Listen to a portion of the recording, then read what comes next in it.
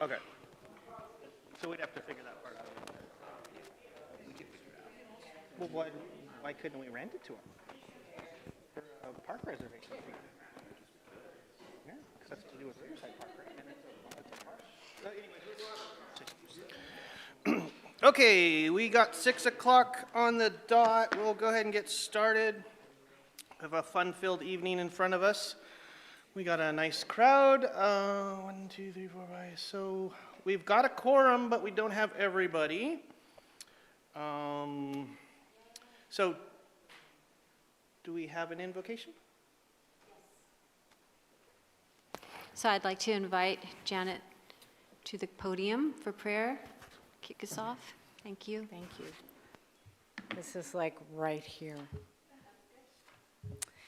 Dear Heavenly Father, we thank you for this day.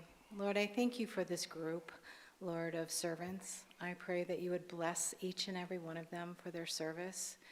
Father, we ask that you be here. We ask that your Spirit would lead and guide. Lord, we ask for your favor. Lord, may this group come together and may your will be done. We do ask for your blessing, and we thank you for everything you do for us. You are a good God, and you are worthy of our praise. We thank you in Jesus' name. Amen. If you can all rise for the flag salute and remove your covers if you have them. I pledge allegiance to the flag of the United States of America and to the republic for which it stands, one nation, under God, indivisible, with liberty and justice for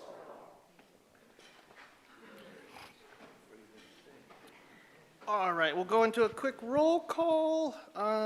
Looks like Rob's not here just yet. Seth? Here. Kathleen? Here. Joel? Here. Indra? Here. Eric? Here. Victoria? Here. And Rick? Here. All right, so we've got a quorum. We'll go ahead and get started. First, we're going to start off with a public hearing, a resolution supplementing the FY26 budget and making appropriations. Good evening, Council. I have hopefully the final supplemental budget of this year. This is going to make an adjustment to the water fund, and I did miss this in preparing the other supplemental budget, and this is in relationship to council goals of fiscal stability. Just as a little bit of a background again, a supplemental budget can be used when something occurs that is not known during the regular budget process. It can be adopted at a regular meeting if the change in expenditures for a fund is less than 10%. And tonight we'll have a public hearing, which is required for an expenditure change of over 10% or a use of 15% of contingency or the creation of a new category. And this is a creation of a new category. We did publish a notice in the Courier on June 10th. And then the resolution that we're going to pass tonight must state the need, purpose, and amount. As a very high level, there's only one adjustment here tonight, that is the water fund, and that is for the creation of the special payments category. And what that looks like is a transfer of appropriations from contingency to special payments for returning previous urban renewal contributions. So this is necessary based on the interpretation from legal counsel while issuing the 2026 water revenue bonds that were issued in April of 2026. This adjustment was overlooked when presenting the previous supplemental budget on May 20th of 2026. This is outside special legal counsel that specializes in debt service contracts, which include specialized knowledge of urban renewal agency in such debt offerings. So just as a little bit of other piece of history, council authorized staff to start contributing to debt service payments of an approximation or an estimation upon review of the legal counsel that puts together these contracts. That was incorrect, so we are returning that money so that the water fund or the water debt service can get the full 18%. And the maximum, which is just the was calculated off the $56 million that was in the urban renewal area amended plan, which is about $10.08 million in principal. And so if we didn't return this money, we would have to decrement the principal, which then calculates a lower amount of interest that we could also contribute. So this is just sending the money back so we can get the maximum amount of money from the URA, which was already done in April of 2026. So in your packet, you have Exhibit A. The current budget as appropriations for Resolution 26-7684, which was adopted in May of 2026. And then you'll see there's only one category or one fund that has changed in this adjustments in the adjustments column, which is the second column, and then the revised budget if adopted. Obviously, this has an appropriation impact because we're using contingency. This was accounted for when adopting the fiscal year 2027 budget. And the call to action is tonight, and I have a potential motion up here, and I will take any questions. Thank you, JC. Any questions from council in regards to this resolution? Seeing none, thank you. At this moment in time, since this is a public hearing, we will open up to public comment. Is there anybody in the audience who wants to weigh in on this resolution for the FY26 budget? All right, seeing none, I'll bring it back to the council for further discussion and or action. And there's a potential motion on the screen. Joel. Well, I move to approve the resolution to adopt the supplemental budget for the fiscal year 2026. All right, we have a motion to adopt with a second from Kathleen. Any further discussion? All right, seeing none, we'll go into a vote. Joel? Yes. Kathleen? Yes. Seth? Yes. Rick? Yes. Victoria? Yes. Eric? Yes. Indra? Yes. All right, motion passes. Thank you. Next on the agenda tonight is a resolution authorizing the city manager to enter into an agreement with Allenwood Homes LLC to construct a mixed income residential development at 175 and 225 Allenwood Drive and to convey real property. And we will start with a presentation from Brad. Thank you, Mayor, members of the council, members of the public. Bradley Clark with Community Development. This is a follow-up to the workshop that you had on Monday. This is going into a little bit more detail about the development agreement between the City of Grants Pass and Allenwood Homes. So as shown up here on the top of the slide, there's kind of two main parts to tonight. First one is to authorize an agreement for the disposition and development of property, as the mayor said, on Allenwood Drive. And the second piece is to convey a 5.7 acre parcel for development of phase one of the project, which is the rental piece. The ownership piece would take place later. In terms of relationship to council goals, there's really those two ones that are relevant here, housing and infrastructure.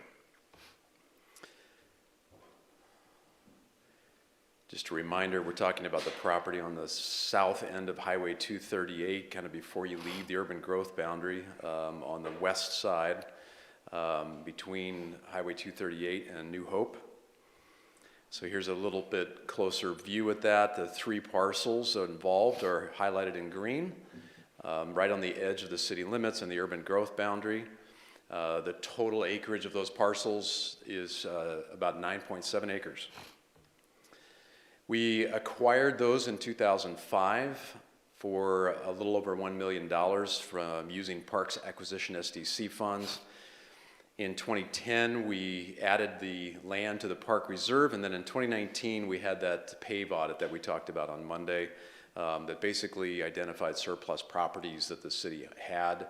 That committee recommended that we look at selling a portion of the 9 acres and then retaining some of the property adjacent to the Allen Creek. 2022, council then directed staff to explore the feasibility of residential development on the property. And in 2023, we had a wetland study and a DEA completed an initial traffic assessment for the estimated number of units at that time, which was less than what we ended up seeing Allenwood propose. December of 2023, we published a request for interest, and the goal with that was to attract a residential developer that would partner with the city to develop that majority of the property. In May of 24, we selected Pano LLC and Inc. Built Architecture, and then we entered into that exclusive negotiating agreement that continues to be in place today. Pano is the main developer, sort of funder partner, and they have about 30 years of affordable housing development experience, created about 2,500 more than 2,500 units of multifamily housing in 4 states. And then Inc. Architecture is the design partner on the project, and they have been involved with over 500 units, designing those mostly in Oregon. August of 24, Council approved a $238,000 grant out of the Housing Opportunity Fund for the home ownership piece. That was Resolution 247471. And then in July of 25, we had a formal planned unit development application that was submitted to the city. And the Planning Commission held that public hearing in September and approved it. In October of 25, the Oregon Housing and Community Services Department committed over $37 million in LIFT funding, which is one of the categories of affordable housing money that they have to the developer to develop the project. In May, we approved a property line adjustment, which I'll show you in a minute, kind of switched the property lines around. There's 3 properties out there today. We moved them around so that it would match what the property is that they're looking to develop.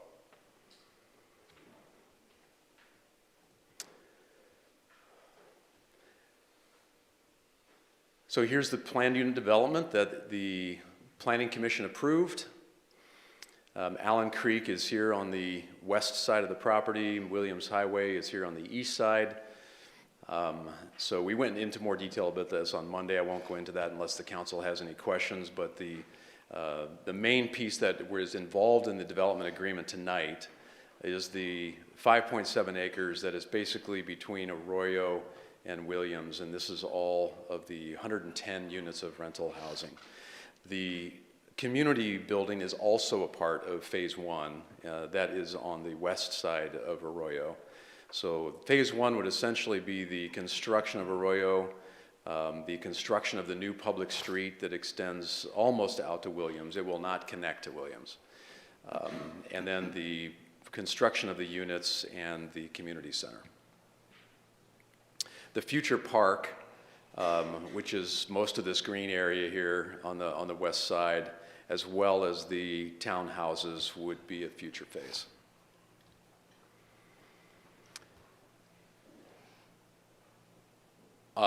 There were several questions last workshop about the actual operation and the management of the project. We issued a memo to the council recently that went into a lot more detail about about those questions that you had. So I would refer you to that. But there are basically 2 nonprofit organizations that will own and operate the development: NeighborWorks Umpqua and Oregon Human Development Corporation. So these are both very experienced nonprofits. We actually have the executive director of NeighborWorks Umpqua on the phone with us tonight. So if you have any further questions and follow up to that memo, Erica should be able to help you with that. So here's some more details on the development, most of which we've gone over. There's 3 acres of parkland that's dedicated, kind of set aside for the project. There's 110 rental units that are in 31 different triplex, duplex, quadplex buildings. So there's 31 separate, distinct footprints on the property. 94 parking spaces, 49 driveways, and then 49 additional on-street. The PUD approved 19 ownership units, and then the community building is 3,500 square feet. The other piece that we talked about at your workshop was the Business Oregon grant. This was a grant that the Business Oregon Infrastructure Finance Authority Board approved for the city, about $1.9 million. That is for transportation infrastructure as well as some of the other utilities. This is the money that will be used to construct the infrastructure. The city is not committing any other money or using any other money to build the infrastructure other than this Business Oregon grant. So this is part of the development agreement that's in your packet. So if there is any kind of overruns or anything like that, the development, the development agreement's clear that the only money that the city is putting towards this is the grant money. Rhine Cross Engineering is the civil engineer who's involved with the project, and they have about 90% complete plans on this.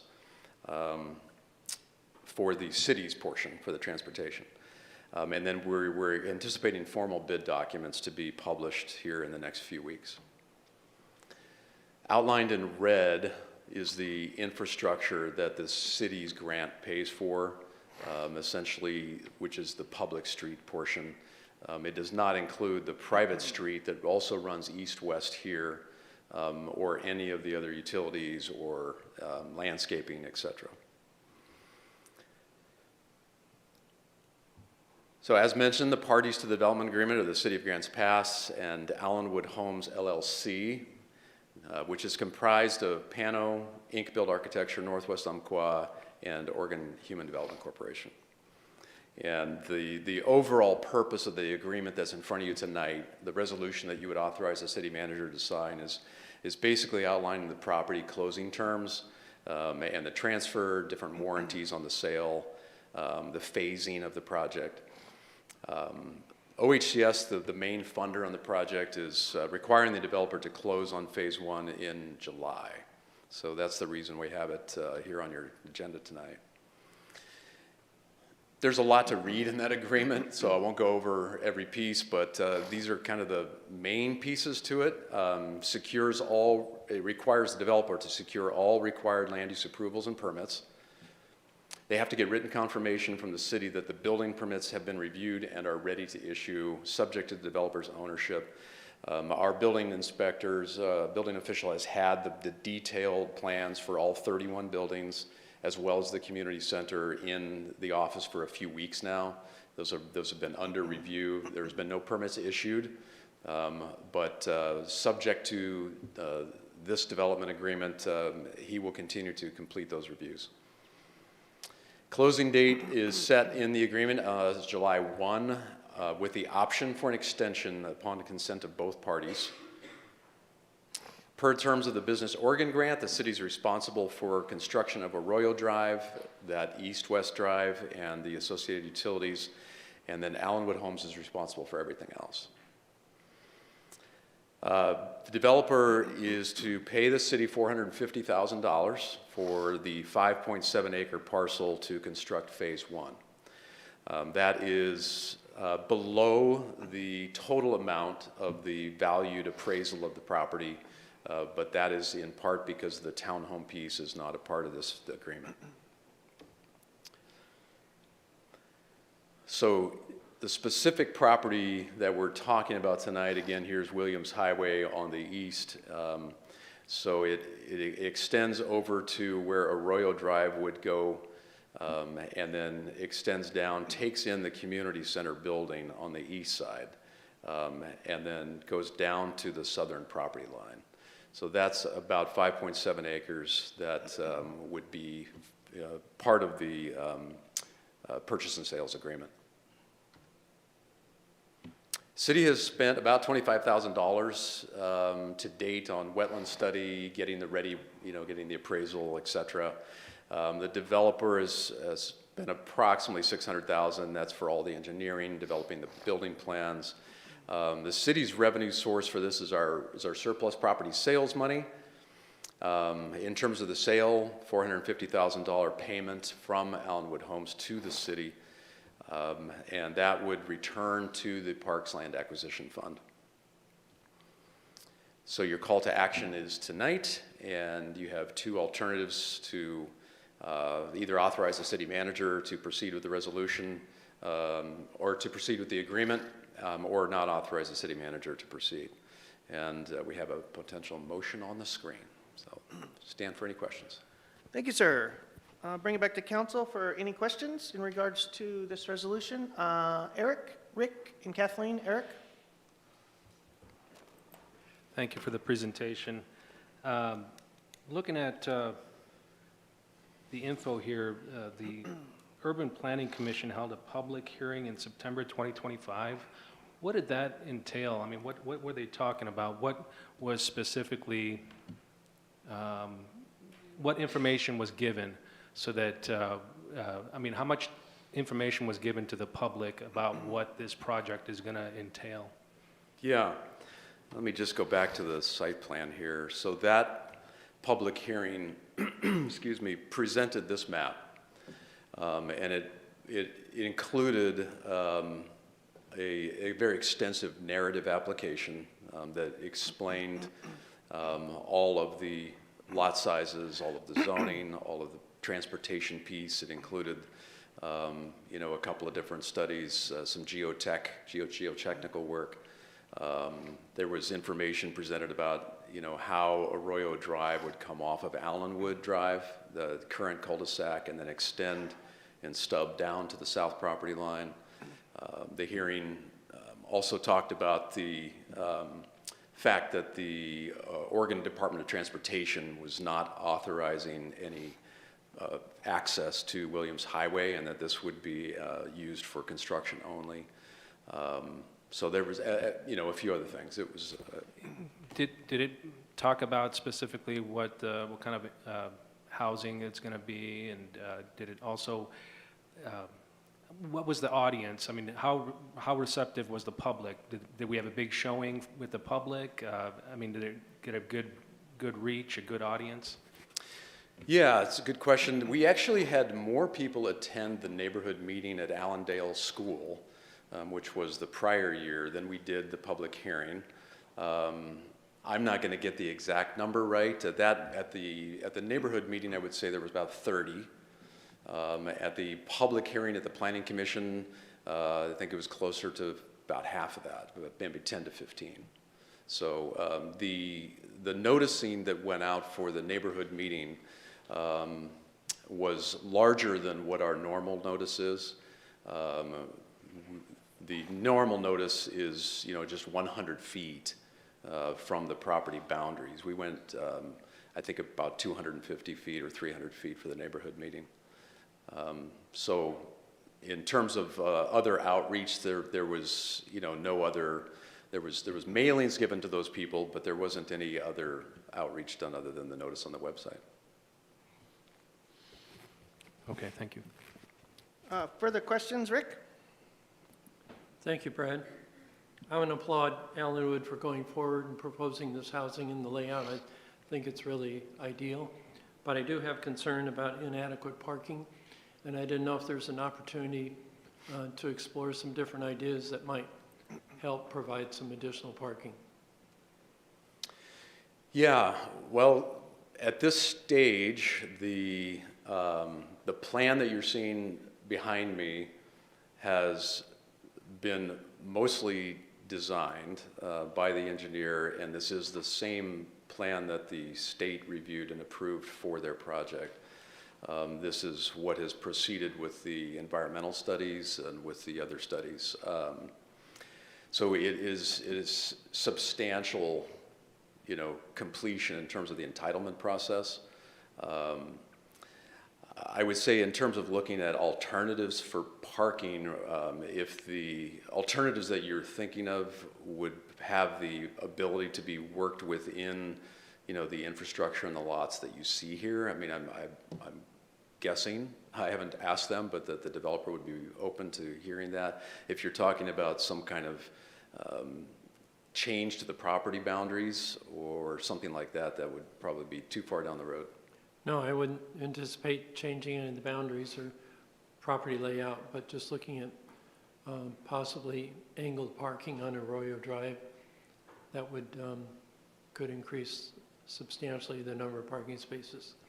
And I think initially,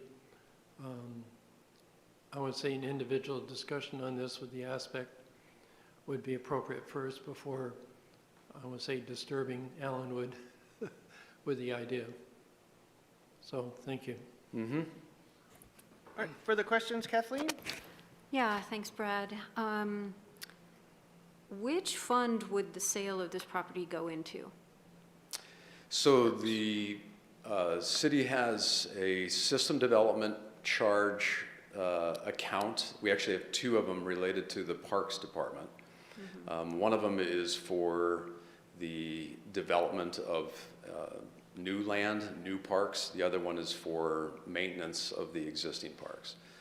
This would go into acquisition because the funds that were used to secure, to buy the property in 2005 were taken from that account. So Oregon statute requires that if you if you take from that and then you don't end up developing that land for its intended purpose, which we bought it intending to develop it as a park.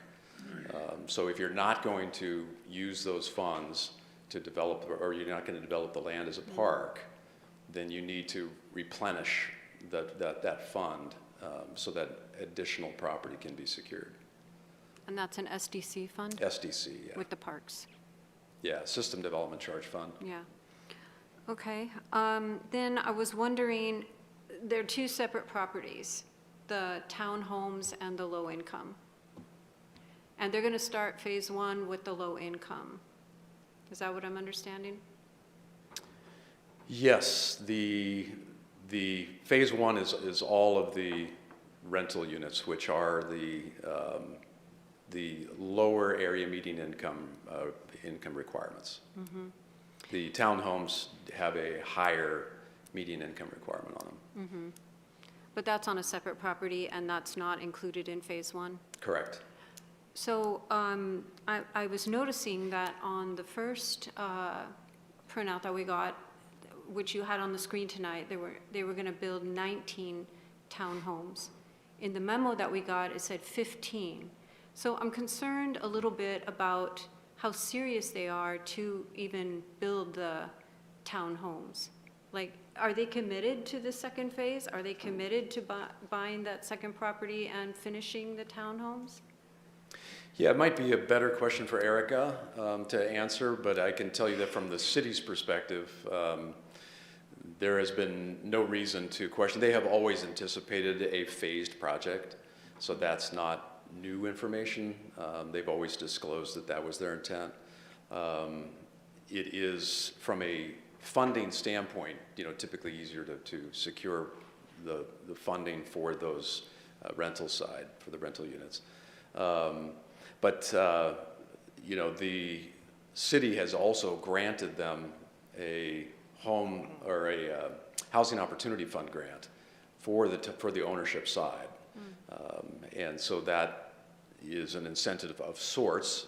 That money would have to be, that would not, we would revoke that grant, obviously, if the townhouse portion didn't go through. Mm-hmm. So I'm just wondering, with this decrease from 19 to 15, if it could go down even further, and if, how we can secure how many townhomes are going to build.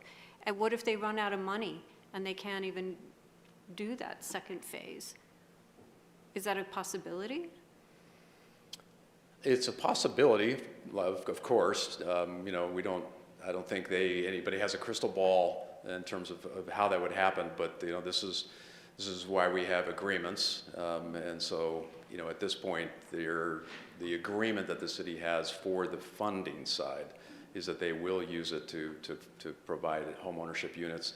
The RFI required this to be mixed income, so they are required to have up to 120% area median income for the people that live there. So I think there's a few solid legal tools that are already in place that we can look to. But again, maybe Erica can expand on that after if we finish the staff questions. Is she here? She's online. Oh, cool. Yeah. Okay. Yeah, I'd be interested in knowing if we can secure a specific amount of townhomes, that it can't just go down and decrease Sure. and decrease. Yeah, no, I understand what you're saying. Further questions, Victoria? Hi, thank you for the presentation. So they were to give us a color, is this what they gave us, their color presentation that was required before? I lost my page, but it's part of the contract. I circled it. It's on page 22 of our packet, 6.5.2. Oh, Stephanie's Is going this to cover. the project rendering? What I've been told is they can provide that to us at any time that we ask. I believe that in the contract it says that they just have to provide that to us prior to closing, so we don't have it yet, but we could get that. I just wondered if that was it. So, okay, so this isn't it. Okay, thank you, Stephanie. So, You said that the funding is for the rentals only. Is that the 37 million? And then is there another fund that will be for the townhouses? Correct. The 37 million that has been committed, and there are other funding sources, that's the primary one, is for the development of the Phase 1 infrastructure, other than the Business Oregon grant that the city is using to build the public street portion. Right. But all of the other utilities, private streets, the building pads, all the buildings themselves, all of the landscaping along Williams Highway, the improvements to the wetland area, that's all covered under that 37 million and would not be used to pay for any portion of Phase 2. So the funding for the townhouses isn't secured yet, but there are funding avenues, is that? Correct. Oh, okay. And the 30-year managed, is that just for the rentals or is it for the townhouses? I know that, okay, so there's the first question. Yeah, no, I would defer that one to Erica as well. Oh, okay, so I'll ask then.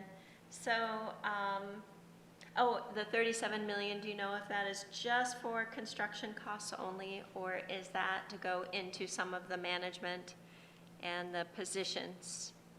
My understanding is that is just the construction. Construction. Yeah. Okay, so do we know what the funding is for the managed portion? And maybe that's Well, an answer for Eric. they, as property managers, they have a formula that they're using, which is going to be based on the rents, and so the rental income Will pay will- for the yeah. management. Okay, and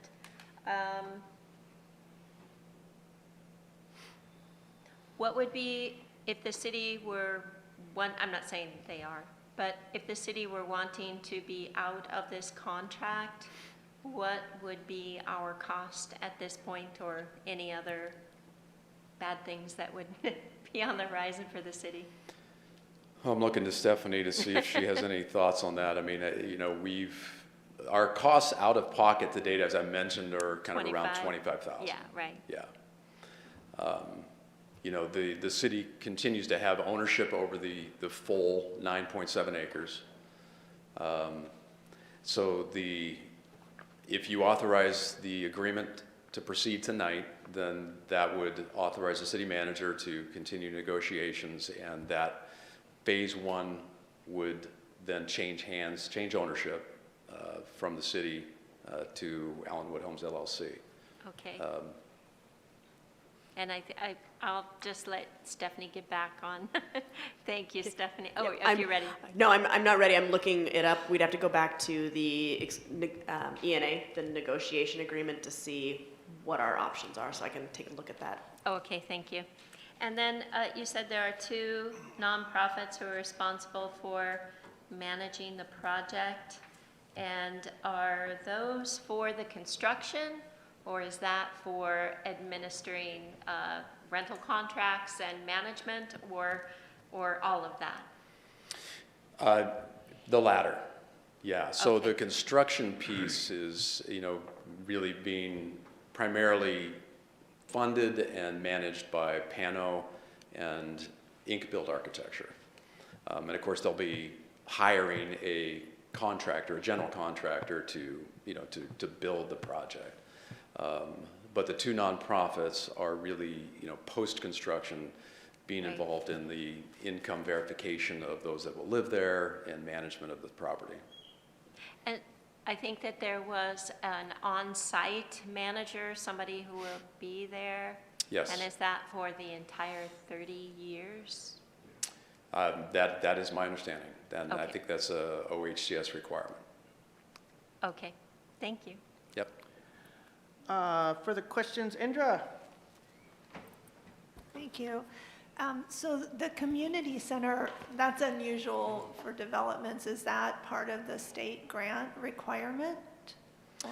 I don't think that it's required. I could be wrong, but you know, because part of their mission, if you will, if you look at the nonprofits' websites and you kind of read through what their mission is, it's really to work closely with people on education, you know, about finance and home ownership and how to kind of help people move, you know, along that continuum, you know. So it's from that, it's to host, you know, different events and to provide the office for the property managers.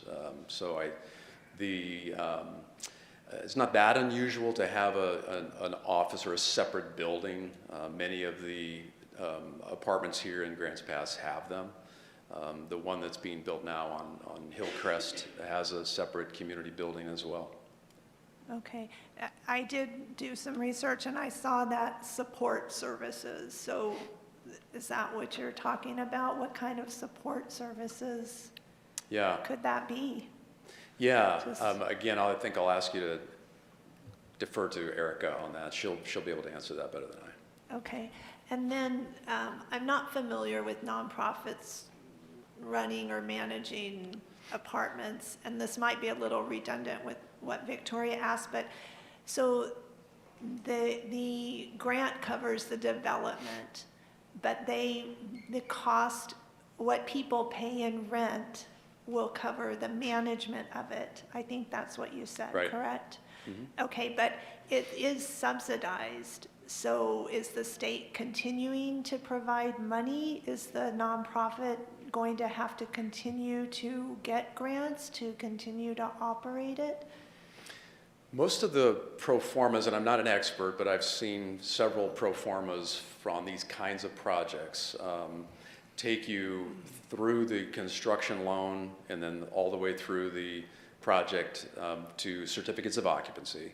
So then you are issued the final certificate, you have a completion certificate, and that is where the money is targeted at. So the pro formas build in an assumption that the rental incomes that they're going to receive you know, are going to pay for the property management itself moving forward. I'm not aware of any ongoing state required funding for most of these. You know, the idea is that you set those rents, and the reason they can get them lower is because of all the costs to develop the project.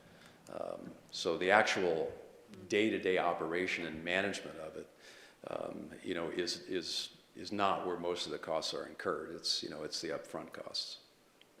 Okay, and we talked a little bit about this at the workshop, but if people exceed the income level, they will be asked to leave? No, the memo that you were issued clarified that point, and that is my understanding from the memo is that that's not the requirement. A lot of times that does happen, of course. People will move on, and then the vacant units that are then freed up when somebody moves on continue to have that income requirement, but it doesn't sound like, and again, Erica can probably answer this better than I, that's a requirement that they have to be, you know, they have to move on if they hit a certain income. Okay, and I'm concerned with parking too, because I've seen some of these developments. It's hard to tell in the drawing, but I've been in one where they're so together, the driveways are so together that there's virtually no even street parking because there's no room between driveways to even park on the streets there. Are you more familiar with how that layout is going to be? Well, there is on-street parking. You are right. I mean, there are driveways that serve each of these building types. There is, as we talked about, there is not a separate dedicated, you know, parking lot, if you will, for events and things like that, other than over here at the community center. There are some additional, you know, there's additional parking here. But how many spaces are there at the community center? I can't remember exactly. I think it's about a dozen. One of the things to remember from a council perspective is we're limited now on the type of parking standards that we can have. Back in '23, Oregon legislature changed, and they're really moving towards, especially in urbanized areas, which were classified, cities having to remove their parking standards or their mandates to provide for more a market feasibility process or rely on transportation and transit issues within the within the urbanized areas. So their parking standards, as you may recall, if you do, back in 2023, had changed to where we lost a lot of our authority to mandate parking regulations in developments.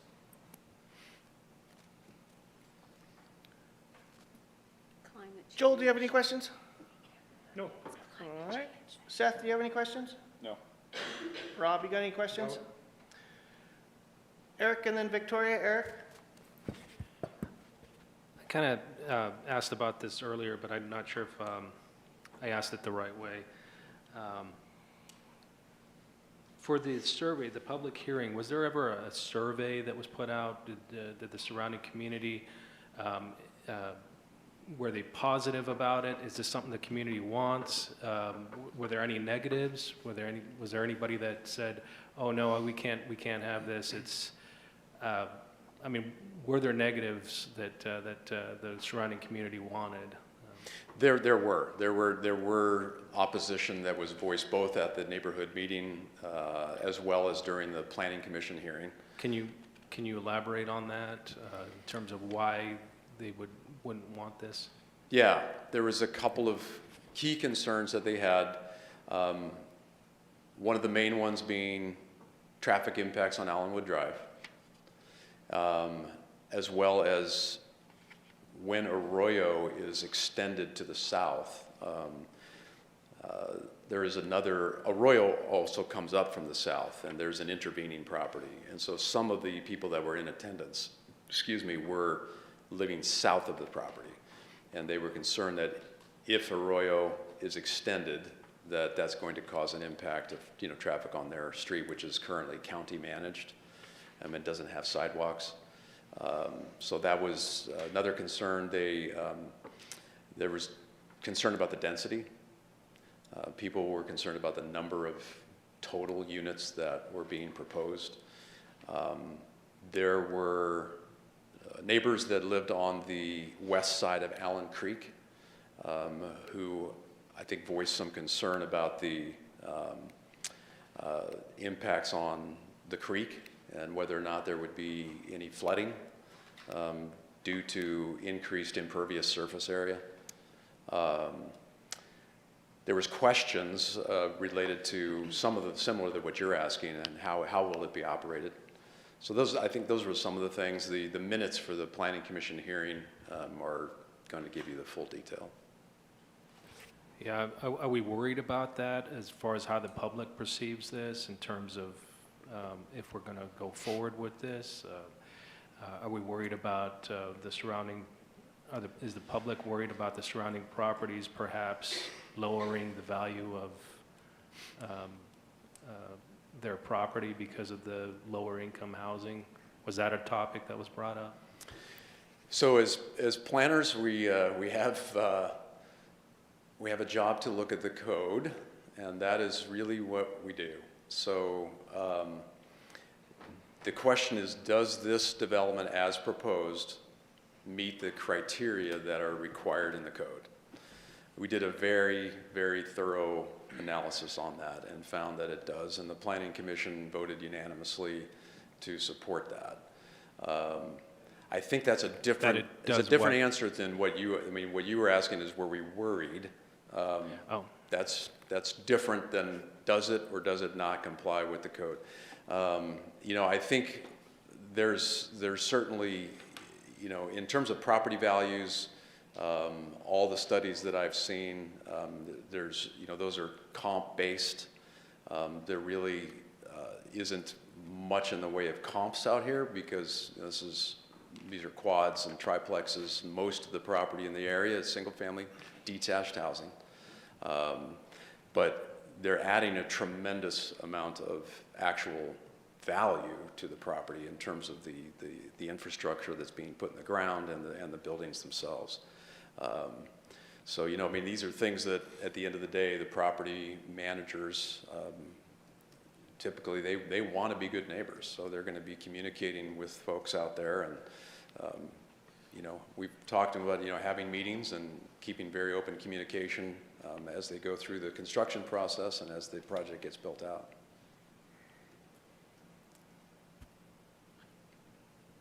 Last questions, Victoria? So with regards to parking regulations, we are not held to having no parking regulations after, or we aren't mandated to not put parking in by state mandate or law. Is that correct, Aaron? You mentioned that the parking regulations were reduced for development, but we aren't tied to that, are we? Yeah, you are. We are. So So all our- new our- develop. the job of staff is to make sure that the development meets the code. The current code has less parking restrictions than it did yesterday because of the With state this certain statute. kind of So you can't development? demand that they have more parking. With just this certain kind of development, or? No, No, it's with all across the all board. developments, or? Okay, that was my question. Maybe I didn't make it clear. Sorry, thank you. And then the last question is, what's the ongoing financial benefit to the city for this 30-year project? I don't have the numbers. We could certainly do some research for you. Are you asking, is there any property tax benefit? Is that what you're getting at? Yeah. So, And/or any other? yeah. Unlike a lot of other states, there is not an automatic full property tax exemption for nonprofits in Oregon. You have to apply for your exemption, and you have to apply for each one, and there's a whole long list of potential exemptions. But you have to go through the process to go through the assessor's office and apply, then the state has to approve those as well.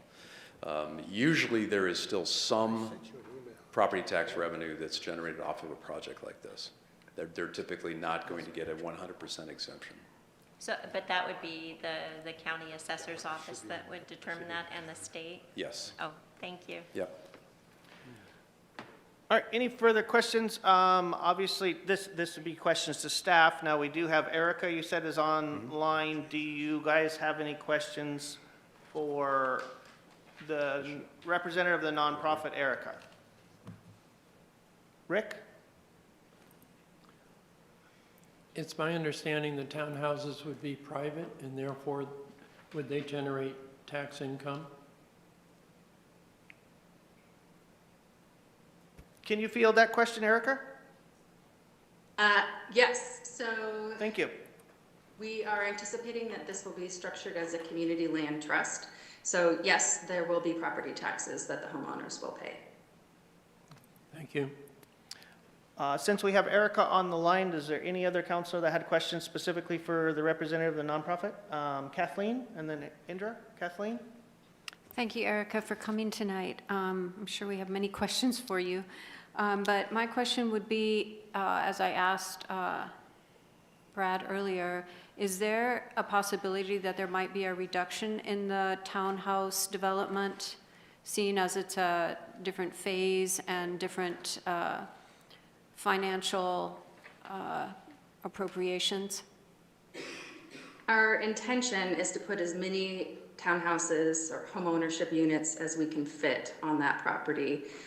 There are some items out of our control that could influence that. So it could be based off of the funding available from Oregon Housing and Community Services, could be any issues with wetland mitigation or other logistical, structural type of restrictions based on that land. Our best guess at this point is that we'll be able to fit 15 to 19 units.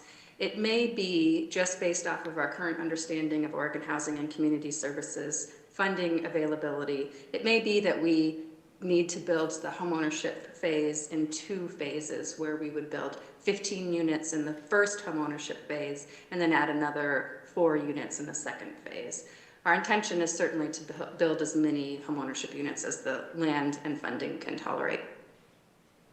And there is a commitment to do that phase 2 after the phase 1? Yes, there is a commitment on our part. We do not have funding committed yet. That funding opportunity has not become available for us for the next phase. But we, as an organization, are committed to building the homeownership units. Thank you. Further questions for Erica? I have Indra. Yes, can you elaborate on the support services that go on at the community centers in these developments? Yeah, absolutely. So we provide resident services to the residents of all of our affordable housing properties. Resident services primarily is working to ensure housing stability for our residents. That often looks like eviction prevention. So they may be working with our residents to help ensure that they have a budget that they can continue to pay their rent with, or that they have access to emergency rental assistance if that is needed. NeighborWorks Umpqua also provides wealth building support and homeownership support. Okay, was that, or were you finished? Did she get cut off? With people, so my Wi-Fi must not be as good as it should be. I'm sorry, can you still hear me? Yep, just keep going. Okay. So we also provide wealth building supports where we're helping to teach people how to manage their finances. We provide matched savings as a skill building opportunity, so our residents and our participants can actively engage in some of the financial literacy work that we're educating them on. And the hope is that folks who are living in our affordable housing will build their skills, build their wealth, and eventually be able to get themselves into a homeownership opportunity, whether that's in one of our homeownership units or a market rate homeownership unit. Okay, and do you have any other requirements for the apartments besides the income level? Are there any other requirements? No.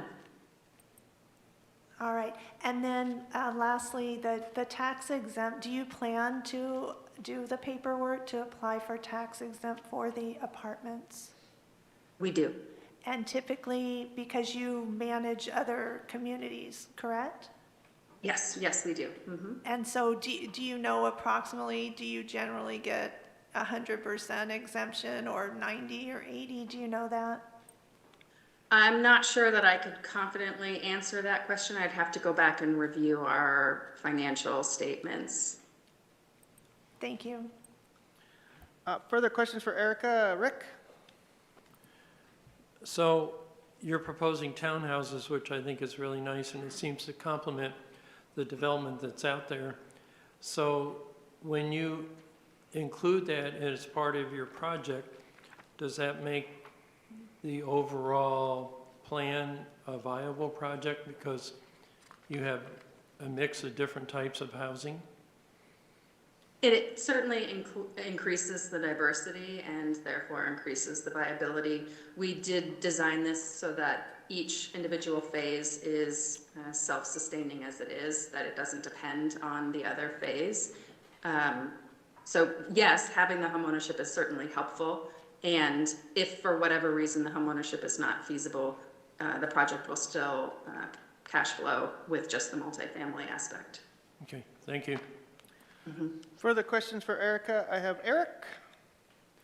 Thank you, Erica, for being online there and answering our questions. The questions that I was asking earlier, I don't know if you had a chance to hear them, but I was asking about the problems that some of the surrounding community perhaps didn't like, such as the parking or the traffic flow or the possible value of their homes going down. What is gonna, is there some kind of mitigation to all that you and your company or your that you would like to that you have a plan to mitigate all those different things? Yeah, certainly our resident services is helpful. Having a full-time on-site property manager is something that's not actually required, but it is an investment that we're making in this property to help ensure that things stay calm and that we are good neighbors. We have a history of having multifamily developments similar to this in neighborhoods that are surrounded by single-family homes, and we have great relationships with most of those homeowners. There's very little disruption caused from our residents, and I would say generally throughout the country, it's very common for neighbors and neighborhoods to feel concerned when an affordable housing development moves in. And the reality is that there's generally very little disruption that happens to the neighborhood, very minimal, if any, impact to property values, and ultimately they end up being good neighbors that are a benefit for the community. Certainly having a diverse community is a benefit to both sides, both the residents of our property and also for the general neighborhood as well. Further questions for Erica? Victoria? Hi, Erica. Thanks for being online. When we had our workshop, I thought it was interesting to hear that there would be these, I thought they were on-site management services that help with management of finances and things like that. Did I hear you say now that it's off-site? It can be either. We certainly do travel to our properties to meet with clients. They're welcome to interact with us virtually or in our offices. We tend to accommodate the needs of our residents. Our resident services, which is the eviction prevention and the housing stability work, that is on site. That we don't limit the way that our residents and customers can connect with us. But we definitely do have on-site resident services and on-site property management. Oh, so you have both on-site and off-site?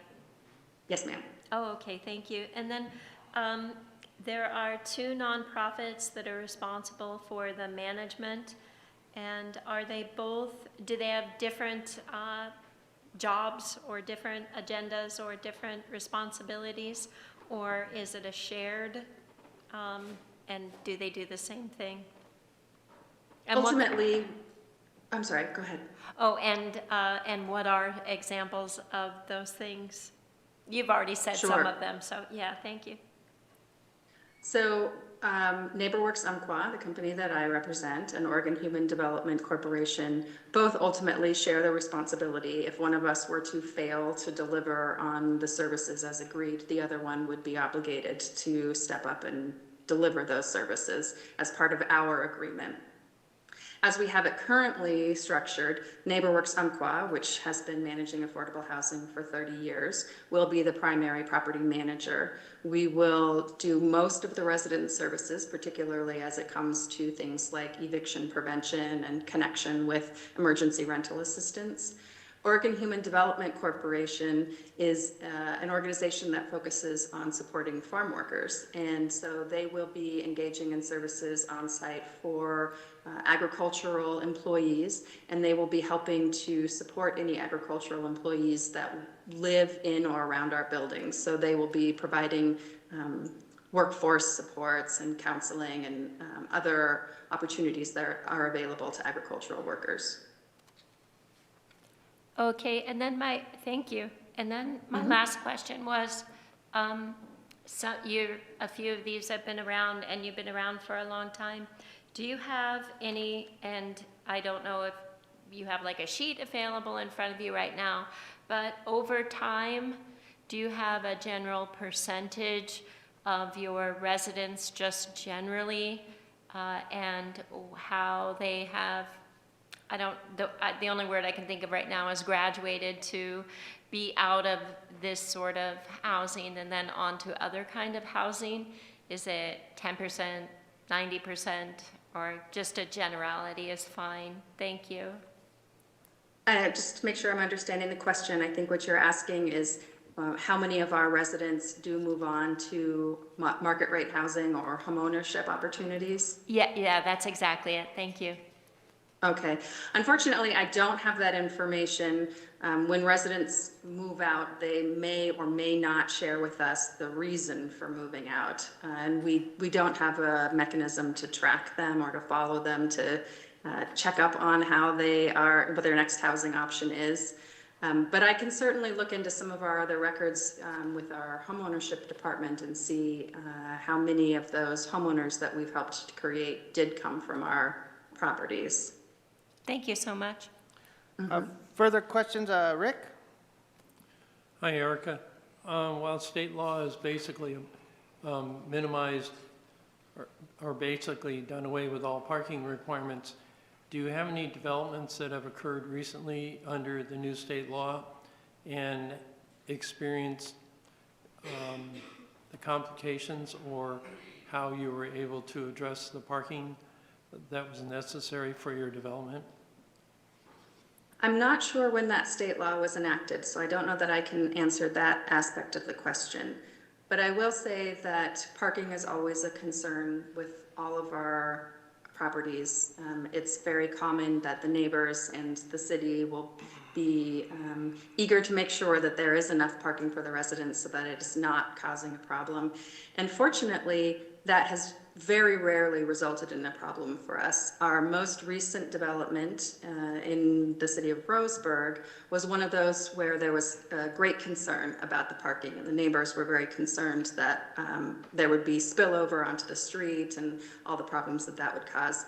And that has not come to be a reality at all. In fact, there's generally quite a few parking spaces available throughout the day and through the evening. We've done several studies on that project also to ensure that the parking has remained adequate. For this project, we did do quite a bit of studying to fit as much parking as we possibly could in these units. You'll notice that a fairly significant number of the units are efficiency and 1 or 2 bedroom units, and we're anticipating that families will move into this. So it's not likely that all 3 bedroom occupants will have a car, as some of those bedroom occupants will be children.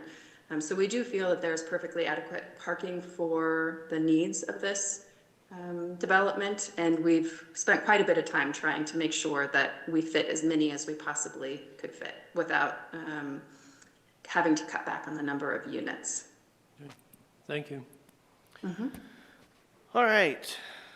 Have we exhausted questions? Oh, one more. Indra. Yes, so back with the parking, this development in Roseburg, was that before the new rules came on board? And do they have more parking than what's now required? And so you have less here? Again, I'm not sure when the rules came on board, and so I couldn't speak to that. And I think maybe this might be a question that would be better addressed by our architect partner, Inkbelt. And that was my next question. So Inkbelt is your partner. Have you been partners on other communities with them? This is our first project with Inkbelt. They're very well regarded. We are, how should I say it, friendly with several other organizations that have worked successfully with Inkbelt. NeighborWorks Umpqua is a member of the National NeighborWorks Network, and our closest partner, Dev Northwest in Eugene, just completed a project with Inkbelt, and they were very, very happy with the work that they had with Inkbelt. I'll also say that Inkbelt is a member of Housing Oregon. It's an industry advocacy organization, and members of that organization are vetted before they're allowed to become a member to ensure that they are contributing value to the affordable housing community and doing good quality work. Okay, and I did do a little research on Inkbelt, and then you mentioned the farm workers, and they had that in their literature as well. You mentioned agriculture, and in their literature, they have Latinx and indigenous peoples. So I'm wondering, is preference given to these groups when you're renting apartments or selling townhomes? Due to fair housing laws at this time, that is not a preference. Thank you. Okay, it looks like I got one last question. Eric? I had a question in terms of citizenship. Is citizenship a requirement for them to be able to get housing? I don't know that citizenship per se is a requirement. You do have to be a legal resident. You cannot be an illegal resident or otherwise undocumented. Thank you. All right. Thank you very much for your participation, Erica. Thank you. Thank you. We will move on to public comment. Is there anybody within our audience tonight that would like to weigh in on this resolution in regards to Allenwood Homes, LLC? Come on up. Specifically on this resolution, correct? Yes, sir. Thank you. State your name and you have 2 minutes. Patrick Rooney, Josephine County. Just a few questions mostly.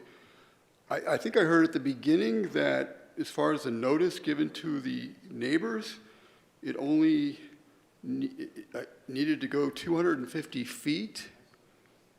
Okay, we're talking about a kind of a rural area. That's not really a very long way, to different properties. That's kind of a little strange. Also, the city, this was supposed to be a park originally, is that right? The city was going to make it into a park. So what changed? I'd like to know why what's the change there? Why was it not made into a park and why is it turning into a housing development? Okay, I'm going to leave a pregnant pause there. This is public comment. We're not All going to right. go back and forth. So you're going to give your 2 cents to us, and we'll digest it. Yes, sir, Mayor, and you. I hope it's worth at least 2 cents. Oh, it is absolutely. Okay. Also, I'm wondering who benefits then in this case, why this happened. I think it's a really important question. I think we'd all agree, there's definitely a need for the housing. Of course, we all want to see, people get into homes. I'm wondering, because it's mostly rentals, how much are we pushing people towards hopefully home ownership, which I think we all want, and I think some of that is maybe addressed by the nonprofits working with people. But I think in the end, I guess my final question or point is, I would think we would want to streamline private home construction in the end. And I'm wondering why the city necessarily is having to get into it. Are we putting enough emphasis on perhaps making it easier to build homes so that private investment can kind of handle the job instead of handing it over to the city? So I just want to leave that as an open question. Thank you. Thank you, sir. Anybody else in the audience that wants to weigh in on public comment? Come on up, Rika. And this will be on the resolution at hand. All right.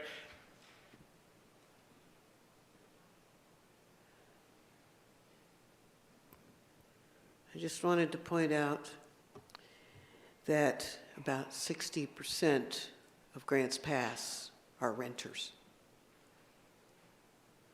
Thank you. Thank you. Anyone else from the audience? All right. Thank you very much for your participation. I'll bring it back to council for further discussion and or action. You have potential motions on the screen.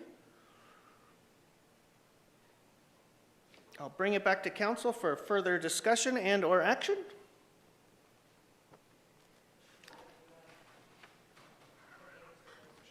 I don't want your answer.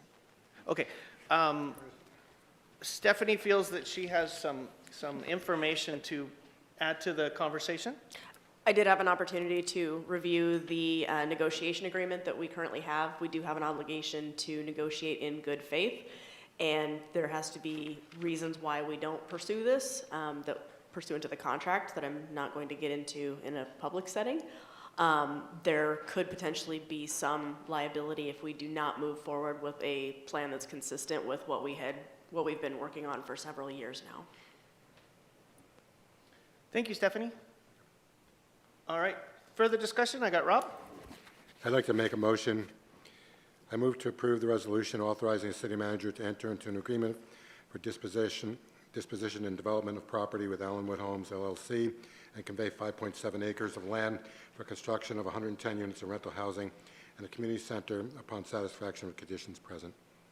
Thank you for that motion. We have a motion to approve with a second from Rick. Any further discussion? Joel? So as we deal with our citizens in good faith, housing is one of the legs of solving the unhoused. If you don't have housing, it's pretty hard to solve the unhoused situation. So, and this is just one avenue, and this is just one leg, but to me, it's a no-brainer. Further discussion? Eric? Yeah, I agree, Joel. But I also have concerns regarding the parking, the amount of housing that's going to be in there. My concern is that perhaps it's too much in one area.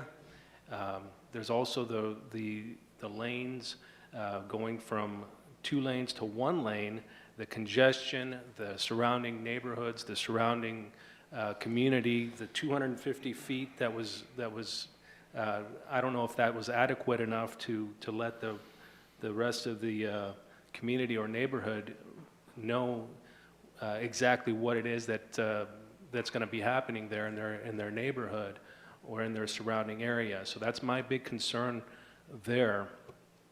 So I will be voting no on this. Any further discussion before we go into a vote? Indra?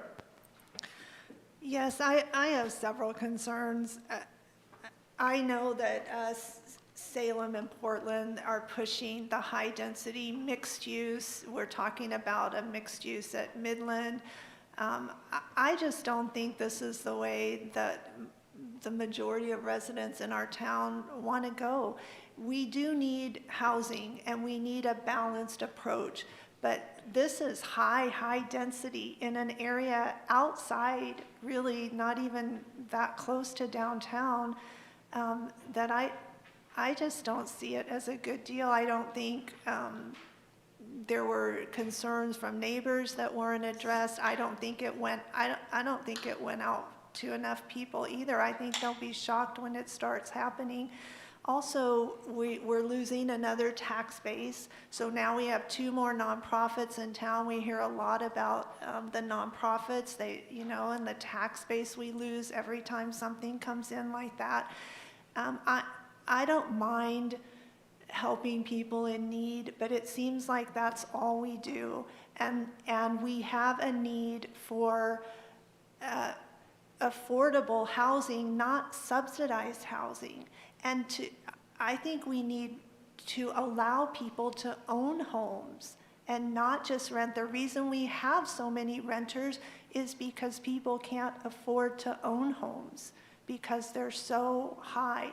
And so I would rather help people get into buying affordable homes because that's where your assets come from. I mean, that's where you grow your wealth, is in your home. At least I have. And I think most people have that in their homes. Even the townhomes, the people will never really own.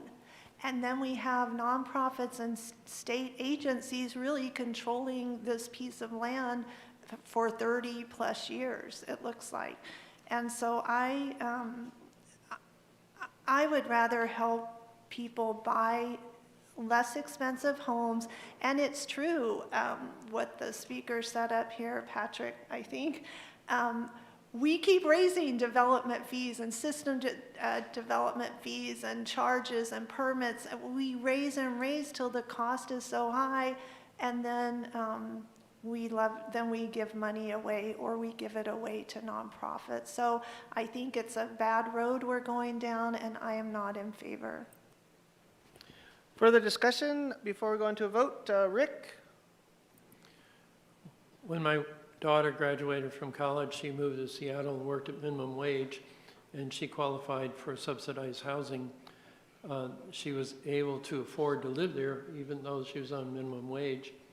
But as her jobs changed, they did not require her to move, but required her to contribute additional monies to her rent. And at such point, when she did move, she moved up the chain of housing because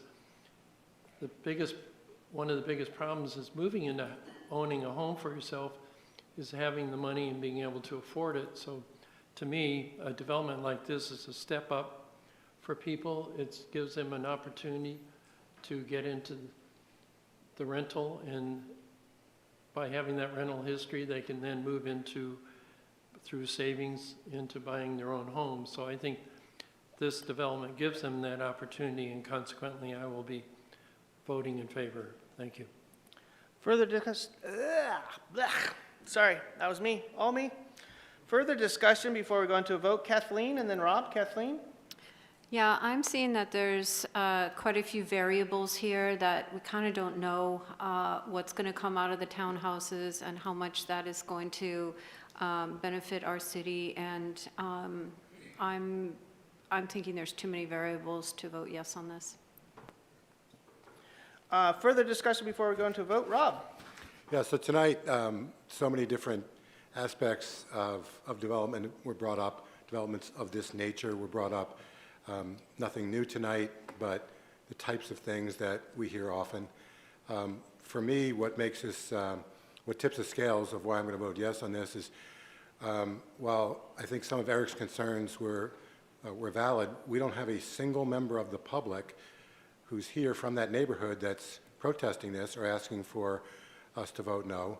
We didn't get a single email from the public asking us to vote no. We've had hearings like this where literally the room is packed with people begging the council to vote no for one reason or another. Tonight, that's not the case. So we can pontificate forever, but the fact is the people in that neighborhood are not telling us to vote no. So to me, had they been here in number, or had they been here, or had they been calling or emailing, I think some of those questions might be more valid. But I'm going to be voting yes because I think that the majority of the benefit, I think this will be a more of a benefit than a hindrance, and for that reason, I'll be voting yes. Thank you. Further comments before we go into vote. Joel, Victoria, Joel. Well, I'd just like to say, from my own personal experience, when Judy and I were going to college, we didn't have a whole lot of money. We lived in housing such as this, apartments, and it allowed me to complete my education and to become self-sufficient, and it was appreciated. Further discussion. Victoria. I just wanted to quickly ask if the public was notified again. These hearings were like 3 years ago. Is that correct, Bradley? The Planning Commission hearing was October or September of 2025. Oh, okay, so it was, all right, so, but it was a while ago. But for tonight's meeting, the only notice was, which I'm not saying anybody did anything wrong, but it was just our agenda that was put on the website. Is that correct? Right, yeah, that's correct. Oh, okay. All right, so, well, then that's all I have for now. Thank you. Further discussion before we go into a vote. Indra and then Eric. Indra. Yes, while it's true that I don't know why people who had concerns aren't here, there are all different kinds of reasons, but this doesn't just affect the people who are in that neighborhood. Anytime we have subsidized housing, that money comes from somewhere. It comes from everyone in our community. And so when you give money to someone, you're taking from someone else. And so it doesn't just affect that neighborhood, it affects everyone. And the reason state taxes are going up so much is because they're giving $37 million grants around. That money comes from us. And so there is a broader reach than just this small development. Further discussion. Eric? Yeah, Rob, I was wondering if you'd be willing to do a friendly amendment to that motion in terms of essentially holding off on this until we get some more clarity on the public feelings about this, because honestly, we really don't know 100% if the public really wants this. Sure. I'm not willing to table it, and I'm not willing to change the motion, but I appreciate you asking. Further discussion, Eric? No. Okay, no more discussion. All right. I'm looking at this in a totally different manner than you guys are. I'm looking at this as you're going to have 100+ employable bodies, if not even more, going into a rental where we are lacking and we are in desperate need for rentals properties for people. So whether you equate that you have the possibility of not getting a full property tax out of this because they could get a partial property tax exemption, you're still looking at 100+ bodies that you can throw into your employment base, so we could anticipate or entice a manufacturing base, an industrial base, some kind of business to come in here and expand, because we do have the employment base for them. So I'm kind of looking at the whole grand scheme of things, and this project has been going on for 3+ years. We are in a point where you're kind of down the road quite a bit. This is kind of crossing the T's and dotting the I's of getting this development agreement done.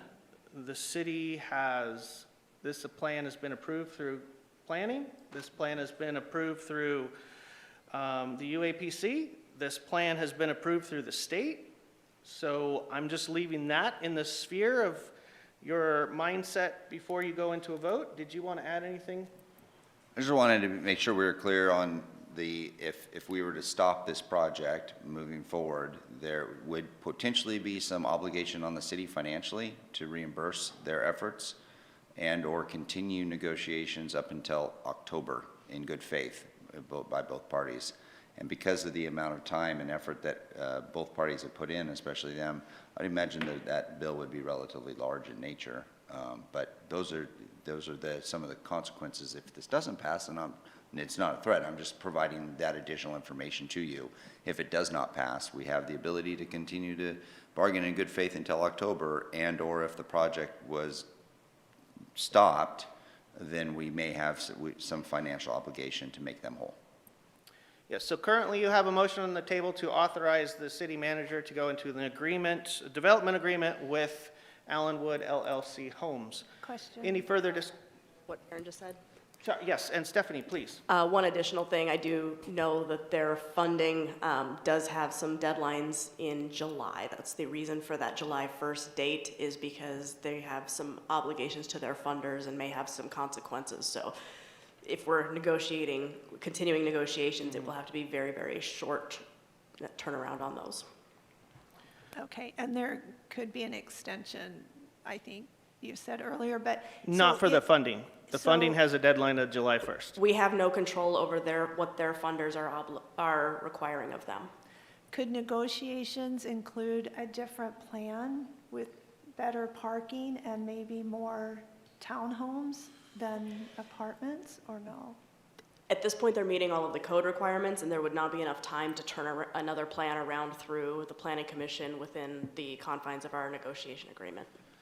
Let alone if they change the plan, they're going to have to go back through their funding stream through the state, and that probably would be detrimental as well. Further discussion before we go into the roll call vote. I'm just going to state it one more time. You have a motion on the table to approve the manager to authorize the manager to go into the development agreement with Allenwood Homes LLC. Further discussions before we vote. Rick and then Eric. Rick.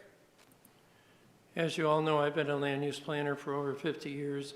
And when you have a developer come into town and propose a development such as this, any developer, if they start encountering difficulty, even if there were just putting aside any financial ramifications, they're going to walk away from that development. And if we as a city want to be healthy, we have to have housing. If we as a city want to be healthy, we have to have employment. We have to have businesses.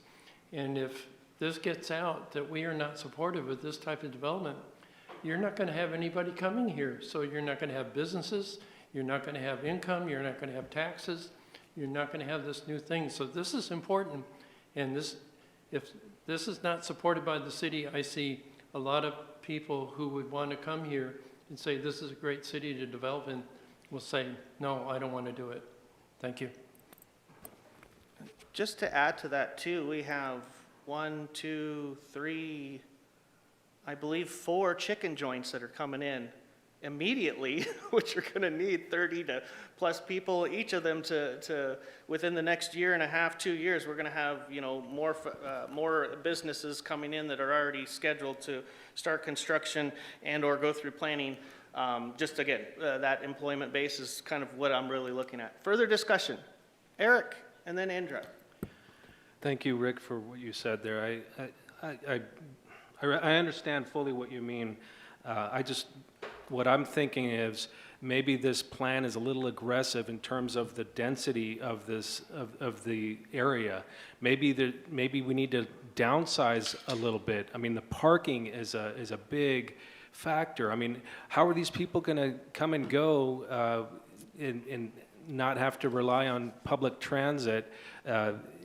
Don't they need cars? I mean, where are they going to park? There's a lot of different factors there that I think need to be reviewed and looked at prior to, or maybe it gets agreed on and then it needs to change later on when they see, oh, this is too aggressive, this is too dense. So that's my concern, and I hear your concerns, Rick, and I know that we're here with we've got deadlines, but oftentimes deadlines could be brought or delayed quite a bit or extended. The problem is, again, I think it's too dense. I think it's too much. So that's my thought process on that. I thank you for your comments, Eric. I do have to address that because basically we are at where we are with development because of some of the state statutes that have come forth. The planning department and the city does not have the ability to say that this cannot be any denser or any less dense than it has been proposed because of state statutes that are above and beyond us. Comes down from the middle housing code that was put forth, I believe, in 2022, 2023, which was brought to us from the state, brought to most all cities within the state of Oregon, and it does push a lot higher density within these developments, but there's really no we don't have any control to peel that back. So we are we couldn't really bring this back to the pottery wheel and start redoing it because a developer has the ability to put this density forth on this piece of property because of the state legislation that's above us. Any further discussion? Indra? Yes, I want to make clear that I am not against housing. We do need more housing. I just am not a fan of a high-density, low-income housing complex run by nonprofits. I think I would feel a lot better if it was a private entity that ran it and we had some capitalism going in there instead of nonprofits, grants, state involved. So I'm not against housing. We do need affordable housing. I just feel like we don't need this type of housing. Thank you. Any further discussion before we go into a vote? Everybody has been very vocal on their opinions. Hopefully you guys feel that you've got enough of discussion in here. Are you ready to go into a vote? Looks like we are, so we'll start out with Rob, who made the motion. Rob? Yes. Seth? Yes. Kathleen? No. And Joel? Yes. Indra? No. And Eric? No. Sorry, Eric, can you repeat? I did not hear you. No. Thank you. Victoria? No. Okay, and Rick? Yes. All right, so we have a tie 4-4. I have not been shy about my opinion on this. I think this development should go through, so taking care of my duty as a tiebreaker, I would break this in a tie to approve this action to go forward, because I truly believe that we need this rental market to increase, and I'm looking this, just like I said to every single one of you, I'm looking this with 100+ additional employment bodies. So motion does pass with my breaking the tie. Thank you. Next on the agenda is a resolution consenting to the change in assignment of Southern Oregon Sanitation Inc. And it looks like Jason will lead us with a presentation.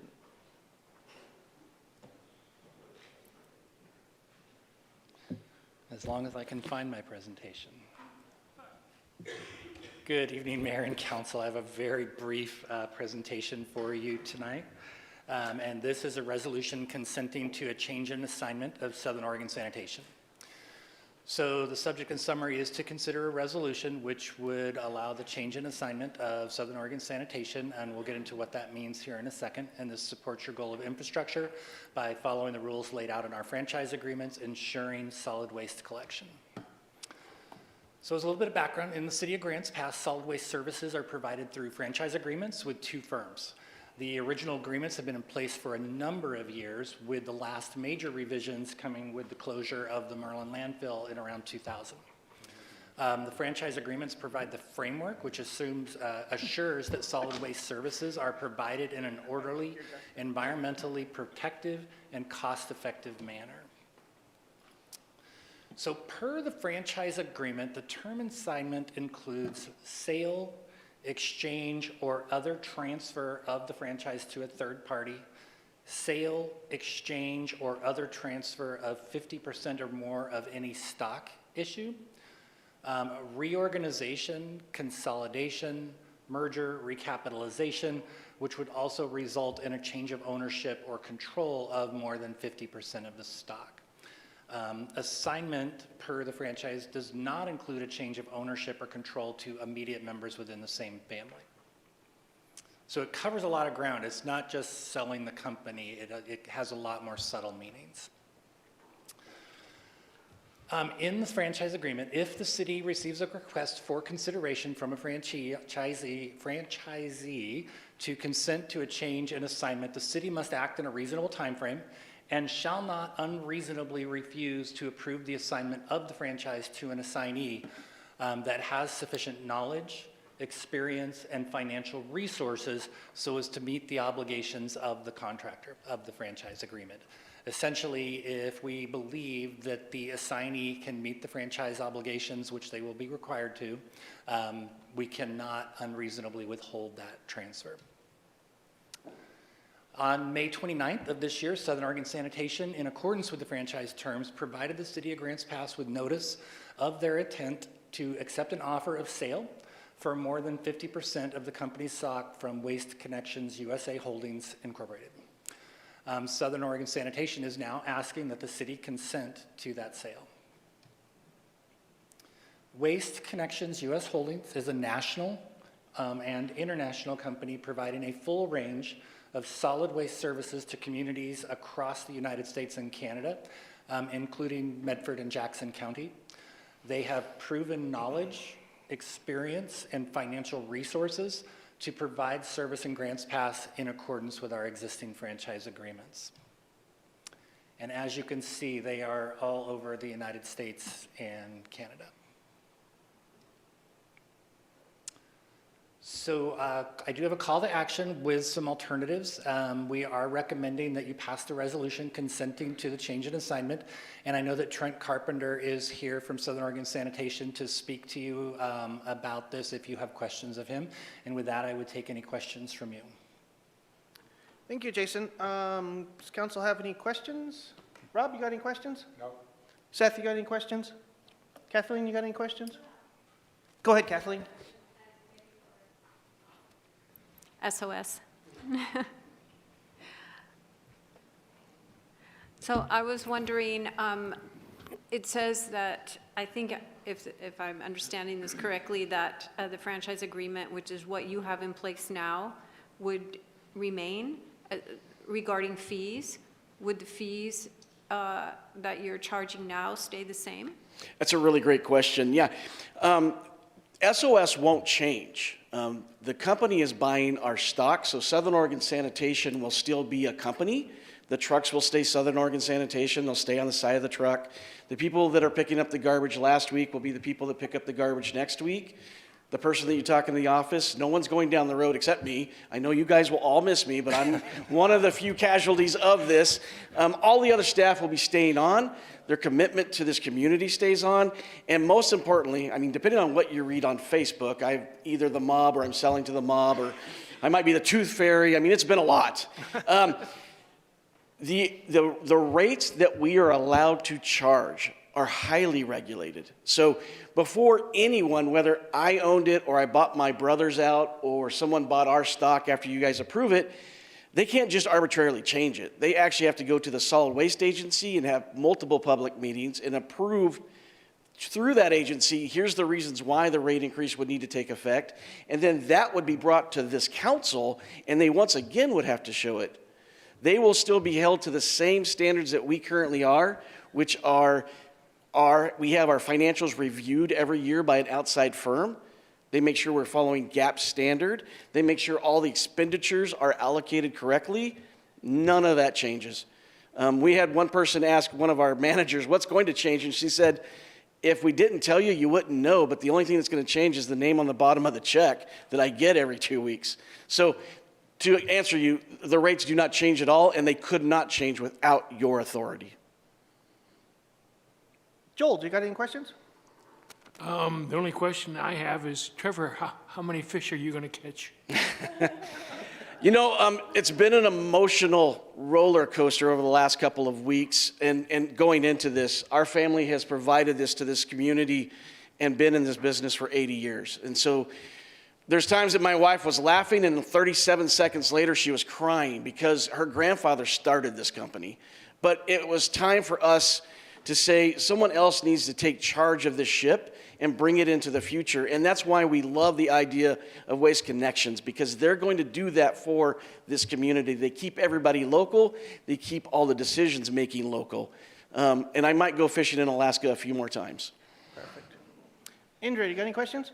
I do. So I'm trying to think back, and I could be way off, so remind me, but it seems like back in January, I think it was SOS, you came and asked for a temporary rate increase. And are we still in that temporary rate increase? And what happens with that? So you guys will be getting a presentation shortly about the yard waste. And that was specifically only for yard waste and only at the transfer stations, because the only yard waste facility that was accepting material closed down. The nice thing is the company that's buying our stock is the company that we're taking that yard waste to. So there's some efficiencies that could possibly be gained there. But that was purely driven, and again, it would be entirely up to you guys if you want to continue that after seeing the demographics of here's how many loads came in, here's what we charged, here's where our costs. You still have all of those controls. So that you do know, also this, I'd like to say we saved the best for last. This is actually the last municipal body that has not approved this. So this has gone through Josephine County, Jackson County, City of Rogue River, City of Gold Hill, City of Eagle Point, City of Shady Cove, City of Butte Falls. But we wanted, I'd like to say, save you guys for the last, but it just happens to be the way it worked out. Best for last. Stay there, but Yeah, are so you we going to will be address? bringing back that temporary increase. We'll get it on the future agenda. I believe we agreed to it, and we would bring a report back within 1 year. And so we're still collecting data, but we will have that back in front of you here in a couple months. Okay, so temporary is 1 year. I thought it Good was for to 1 know. year. I'm pulling that out of my memory, but I'll try and go back and look. I know that it was not a permanent rate increase. It was temporary, and that we would report back to you. Okay. So a constituent brought up tipping fees, and that the people getting over 50%, do you know, you pay tipping fees to that? Is that familiar or no? We pay disposal, so the garbage that we pick up here in Josephine County, we transport to the Dry Creek landfill, and we have a disposal cost for that. We will still have a disposal cost for that, even though they happen to own that landfill, because they have to pay their employees and insurance and everything else. So the franchise, in its wisdom, also addresses any time that there's an interrelated party transaction or an affiliate transaction, they have to show that it's at market rate. So they can't suddenly say, well, we're on both sides of this, so we're going to jack the rate way up. They're not allowed to do that. Matter of fact, they have to prove to you that that's a market rate. As we turn in our financials every year, you'll still get those same financials and be able to say, wait a minute, to be perfectly honest, we're under a contract, an evergreen contract for the disposal for a longevity of making sure we have a disposal site. So the only thing that can go up is CPIs, but also the Dry Creek landfill is regulated by Jackson County, so they make sure that they're doing what they're supposed to with that. But because they happen to own that doesn't mean that we get garbage for free. Just like if they happen to own a gas station, we wouldn't get gas for free. Just like I own some Dutch Brothers stock, they haven't gave me my free coffee yet. On your birthday. On my birthday, Free yes. coffee. Yes, so we're hoping the fees will come down maybe, and they'll be nicer to us than you. I'm just joking. No, and I think there's a misconception at times, but what you can look at is a larger company can bring a lot of expertise to the system. I think I know everything, but I don't. And I get reminded of that quite often when I'm at home. But you are talking about a company, instead of having 80 employees, has 25,000. You're talking about a company that we think we're pretty good, and we help close the Merlin landfill. We run 2 transfer stations. They run 80. So when there's an opportunity for efficiencies, they're going to be able to look at those and say, hey, we might be able to do it a different way, but they're going to be talking to you guys before they can even make those changes. What are the disadvantages of having a larger corporation like that taking over locally? Because we like local here, right? In Grants Pass, we like you running it. I'm going to be really careful here. Yeah. Depending on the large company that purchases you, they drastically have different models. Some companies out there that buy them will take all of your customer service staff, and they may not even be in the United States anymore, or they certainly aren't in Oregon. They may say, we're not going to do any of this here, this here, or this here, and we're going to cut everything we possibly can. I do have a representative from Waste Connections here, but I can tell you that's not their model and why they have become the 3rd largest garbage company.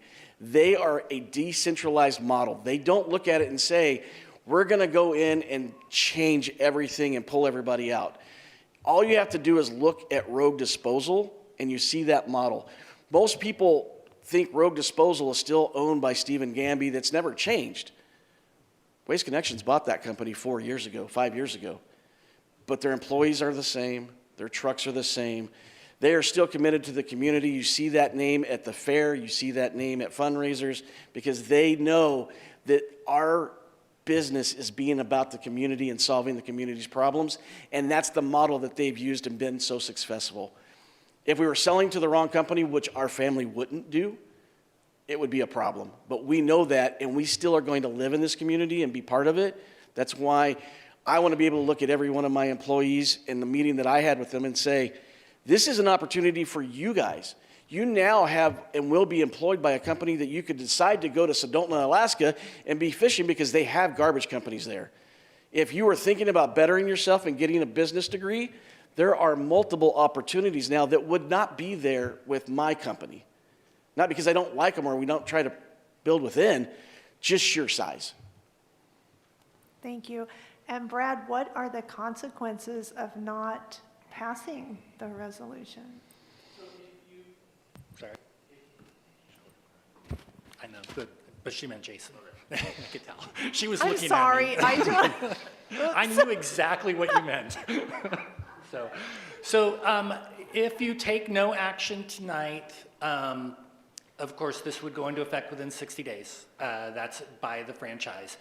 Were you to vote no, you would really have to have a substantive reason of why you would not allow the transfer or the assignment. And I think you can see from just what we have showed that the company does have the financial capabilities, the knowledge, and the experience to meet the franchise agreement. So, yep. Thank you. Further questions, Eric? I'm good, thank you. Victoria, you have any questions? Yeah, I think you answered everything so far, but just because I saw some of the chatter too, And, well, the one question I did have was, is US Holdings will be renegotiating the contract when it comes up, is that correct? Or will it be well, it'll be SOS, but it'll be owned by US Holdings? Yeah, I can't necessarily speak for Waste Connections, but I can tell you they have franchises throughout Oregon. And when those need to be negotiated, they come to the table just like we would. Right. Right now, we're actually talking about cleaning up some of the franchises, and they're perfectly aware that, hey, we need to do some cleaning up and look at what happens. I mean, Jason alluded to the fact that the franchise that we're currently operating under is 20 years old, but it has been updated from time to time, and they need to be refreshed because either ORS has changed or the demand changes, and they're going to partner just like we would have to do that. Okay, thank you. And so is there any one or two things you could say to the community to let them know that this wouldn't be anything that all the fears that they have are probably not going to be realized? Just to help people understand that, one thing or two things? Yeah, I think the idea that they are remaining here, that the 80-plus employees are still going to be driving the trucks and answering the phones. Some of them are actually getting promoted up because I'm going a different direction, so that's great. Actually, Jen McGowan is going to be named the director that takes my place. She's been with us for 10 years and done the operations and the HR. So they look inside the team and say, absolutely, we're going to keep it. So what I would say is keep putting your carts out on Friday mornings because it's going to get picked up and it's going to be by the same driver and the same truck, and you're going to get the same bill. Rick, do you have any final questions? I'm on the Solid Waste Committee, and I'm in favor of this. Thank you. All right, thank you very much. At this moment in time, we have the ability for the public to weigh in on this resolution. Anybody from the public want to comment? All right, seeing none, we'll bring it back to council for further discussion and or action. We do have a motion on, or you have some literature on the screen. Seth. Yeah, I'm going to make a motion, but first I just wanted to thank Southern Oregon Sanitation for everything they've done, under the current ownership. And, I'm looking forward to Waste Connections coming in and, supporting the community the same way that SOS currently does. I think this is just a standard life cycle of a family-owned business, something that happens all the time. And I think everyone should support it, get behind it. And I'm going to make a motion to pass the resolution consenting to the change of assignment to Waste Connections. All right, we have a motion to approve the resolution with a second from Rob. Any further discussion before we go into a vote? Joel. Just real quickly, I want to commend you, Trent, and look forward to just knowing you as part of our community. Thank you. Any further discussion before we go into a vote? Andra. I'd also like to show appreciation to SOS, Trent, and all the former leaders of the organization. Thank you very much. All right. Seeing no more further discussion, I would look to roll call vote. Seth. Yes. Kathleen. Yes. Joel. Indra. Yes. Eric. Yes. Victoria. Yes. Rick. Yes. Rob. Yes. All right, unanimously passes. Thank you very much. Next on the agenda tonight is a resolution authorizing the manager to adjust the salary schedule for non-bargaining employees. And Aaron will lead us with a small presentation.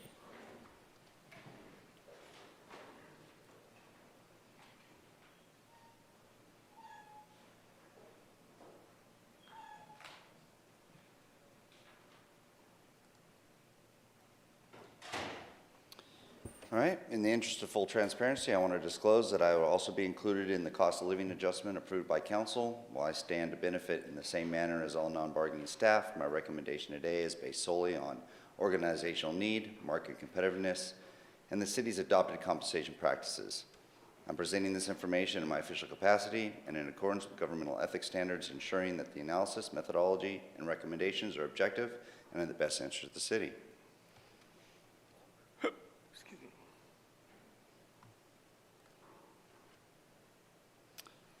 Today, in front of you is a resolution authorizing the city manager to adjust a salary schedule for non-bargaining employees.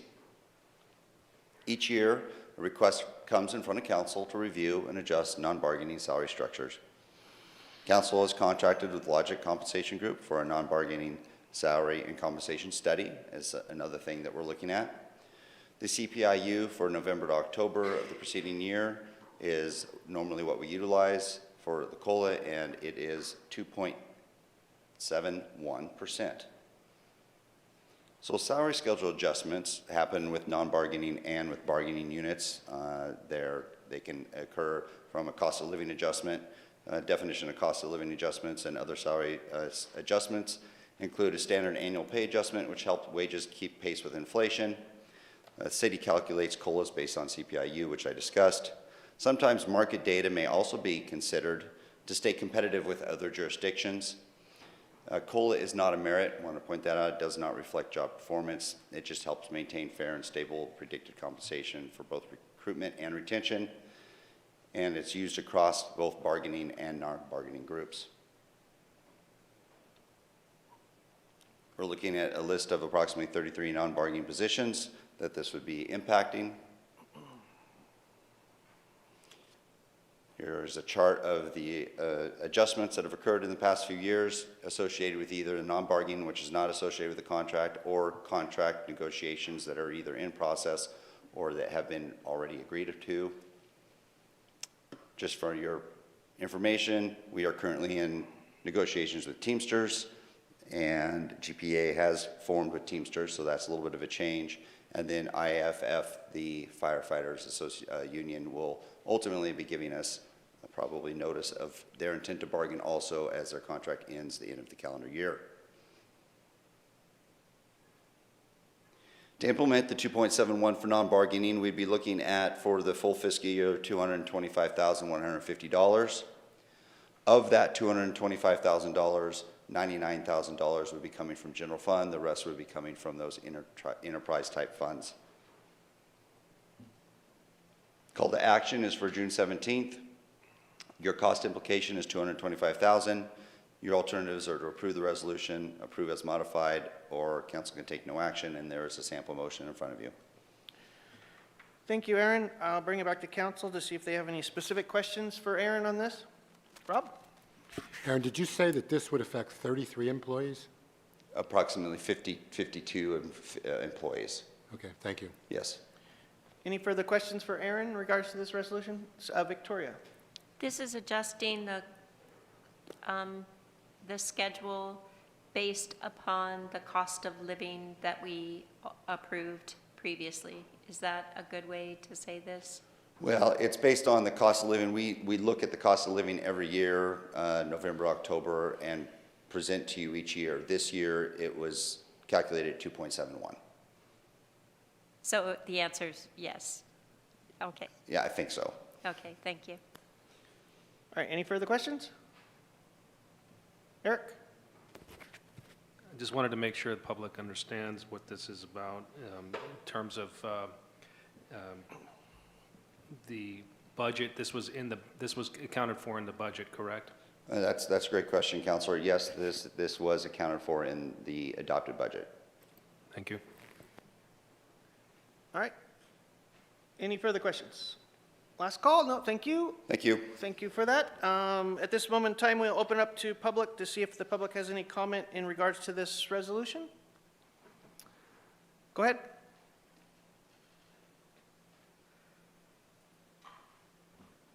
Patrick Rooney, Josephine County. I hope I'm not wearing out my welcome here. I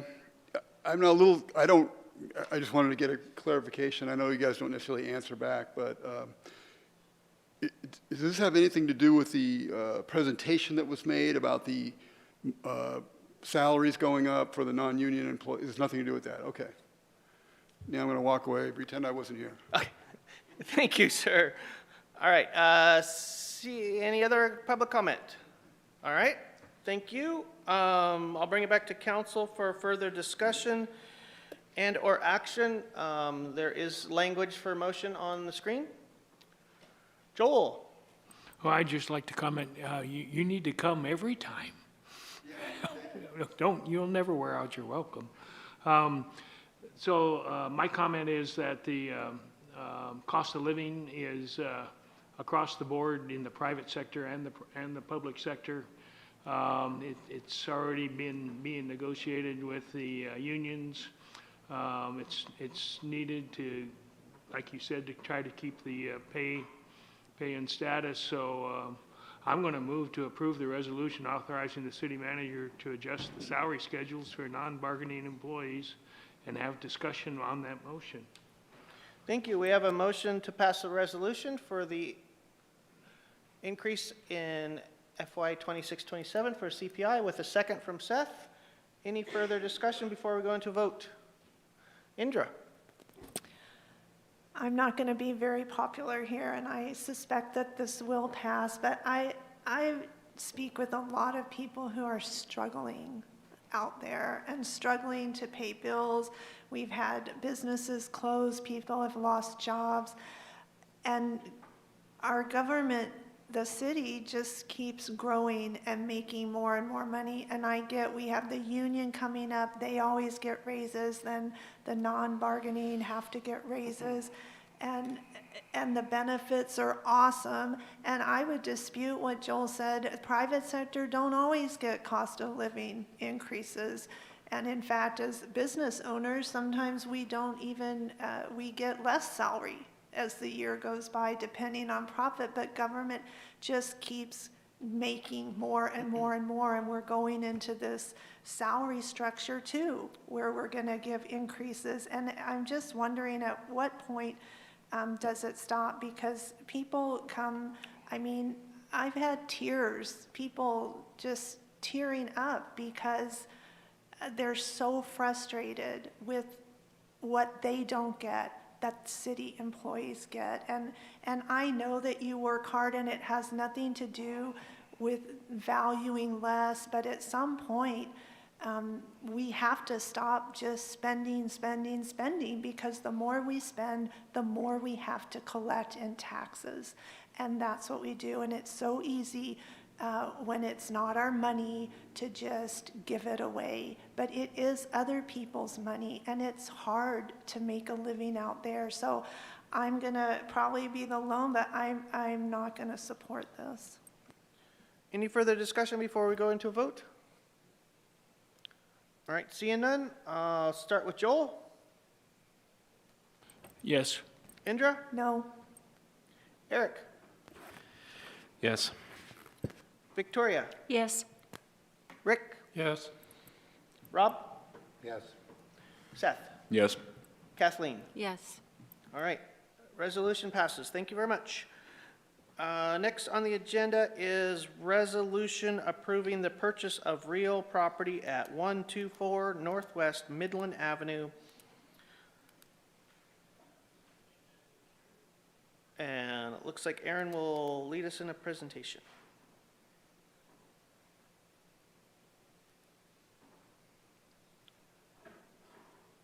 Good evening, Mayor, Council.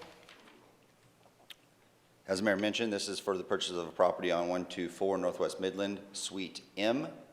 Just to give you some background, the city did purchase some property, 8.3 acres in Midland in Washington. We have also a study for Midland, Washington, where First 40 Feet has begun some work, and you're probably familiar with that, and a lot of public outreach. There were 5 lots in the property in the block that we were looking at that were adjacent to the property that we purchased. One of those was 124 Northwest Midland, Unit J, and we did purchase that November 5th, 2025. There were 4 tax lots remaining. One of those is Unit M on 124 Northwest Midland. This here highlights the piece of property we did purchase. Here highlights the piece of property we're talking about tonight, and those are the other 3 that are not within city ownership. This is the one we're talking about today. This is Suite M. On August 11th, 2025, staff was approached by the owner of 124 Northwest Midland, Unit M, to explore the concept of acquiring that property. The property is zoned R4. It's about 1,300 square feet with 0.16 acres. The real market value is $368,000 according to the tax records, and the sale price in front of you today is $350,000. The lot is served with all municipal utilities. There's no outstanding code enforcements and violations, and if needed, there is a potential for short-term lease income depending on where we go with our ultimate plan. Here's just some photos of the property we're talking about, some aerials. This is the site. It does come with some parking spaces, which was nice and unique compared to the other property we purchased, which was just the building itself, basically, and the land it sat on. The building, as I mentioned, seems to be in good order. It was formerly used as medical facilities, and so their urban renewal agency's budget is $7.8 million. We've got anticipated revenues of 2.7. There is sufficient funds to purchase this, and your call to date action is today to meet with the escrow calendar. Cost implication would be $350,000, and there's a potential motion in front of you. Thank you, Aaron. Bring it back to council. See if you have any questions for Aaron. Rob, any questions? No. Seth, you got any questions? Kathleen, Joel, Indra, Eric, Nope. Victoria, Rick. No? All right, no questions. Thank you. Thank you, Mayor. Open it up to public if public wants to step up and make a comment in regards to this property purchase.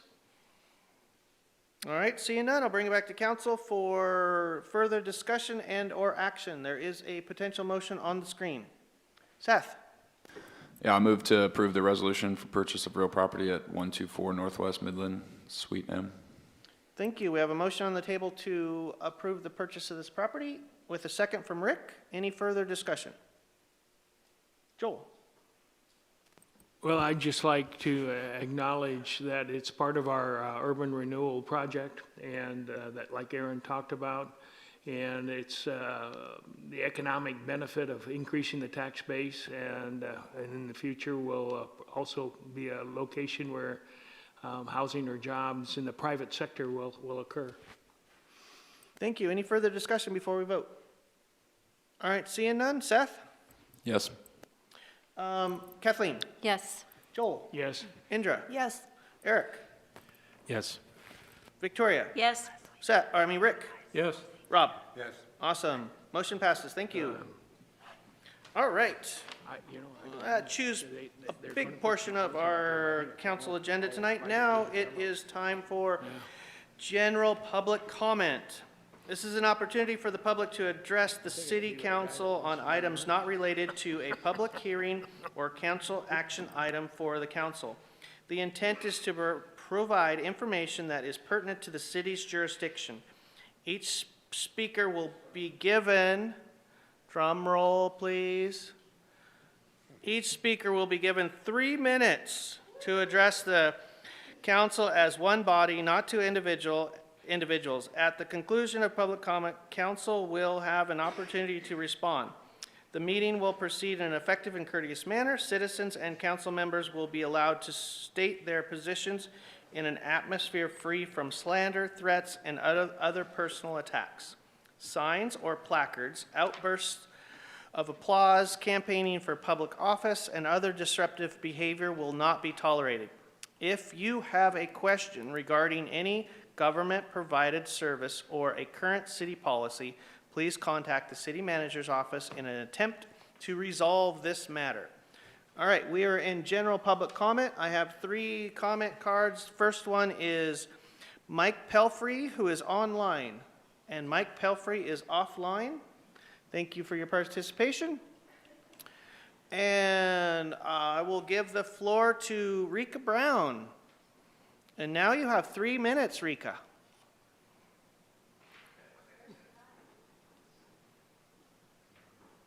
So please restate your name and you have 3 minutes. Thank you.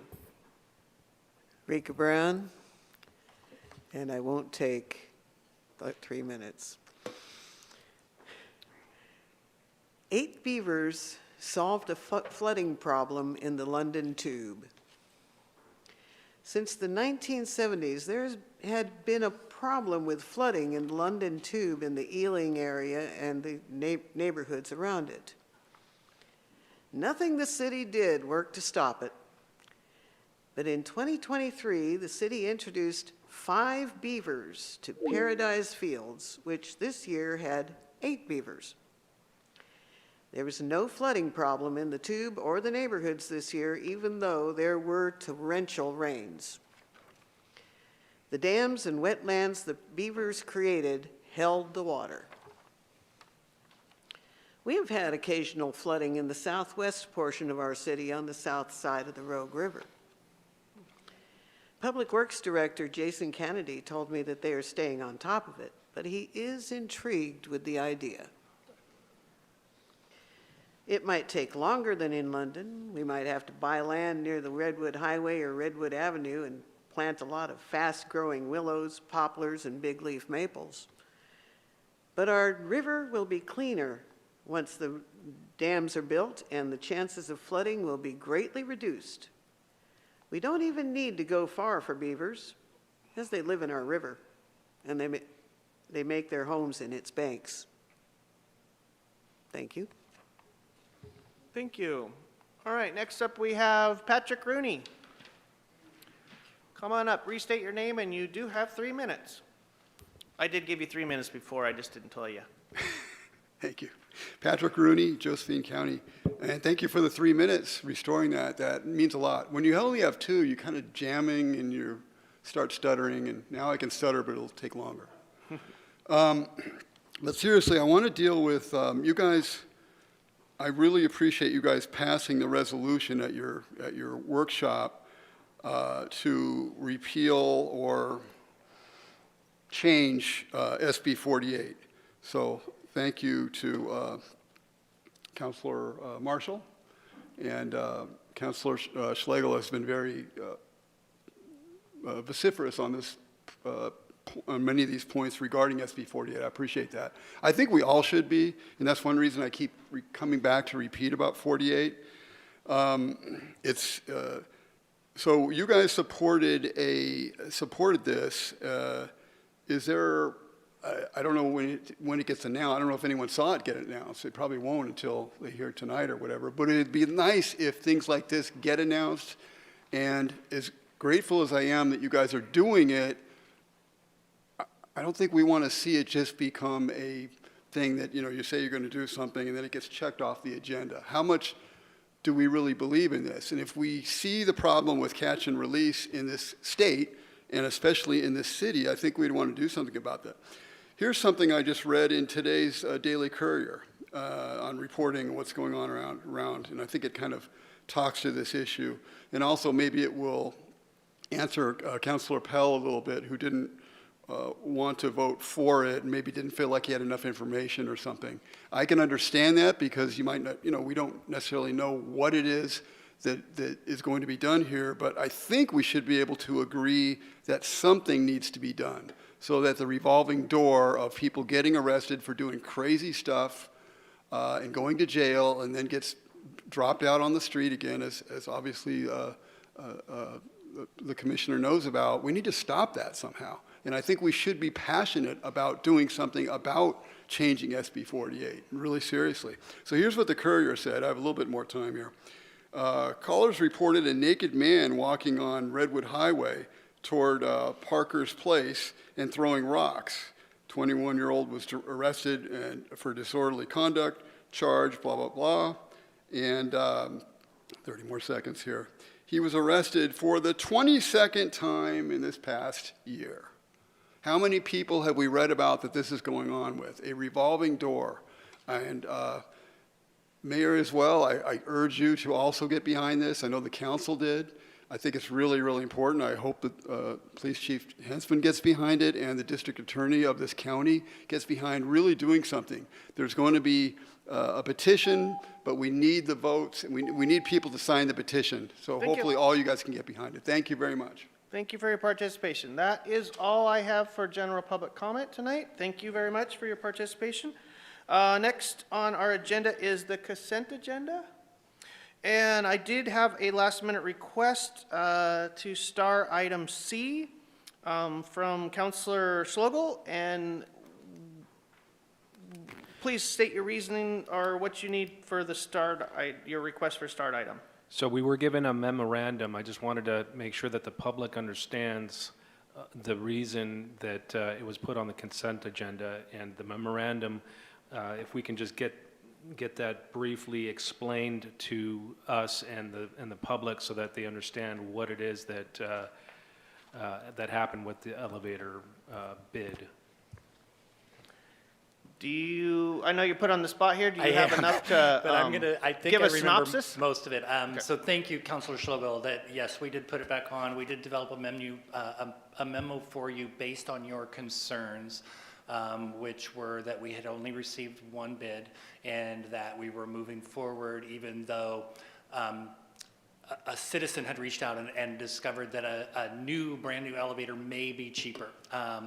And the memo contains our research, our own research, and multiple other bids along the way that showed that our price was in fact competitive and is going to come in at a lower level than what we're awarding the contract for, because we will do a contract amendment once it's awarded. So the price will be a little bit less than the value that is awarded there. But that we had done multiple outreaches to numerous companies, and we did validate that the one bid that we had was a very competitive bid, and that it is going to renew our elevator for a reasonable price. Thank you, and I didn't mean to put you on the spot. I figured the public deserves to know what's on the memorandum, and that way it gets explained and everybody knows what's going on. I appreciate that very much. Thank you, Councilor Schlogel. Thank you.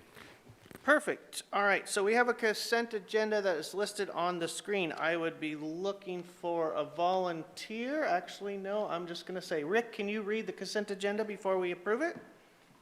Thank you. Item 4A, resolution authorizing the city manager to execute agreements for water treatment plant chemicals, sodium hydrochloride. 4B, resolution authorizing the city manager to contract with State Accident Insurance Fund for workmen's compensation insurance for fiscal year 27.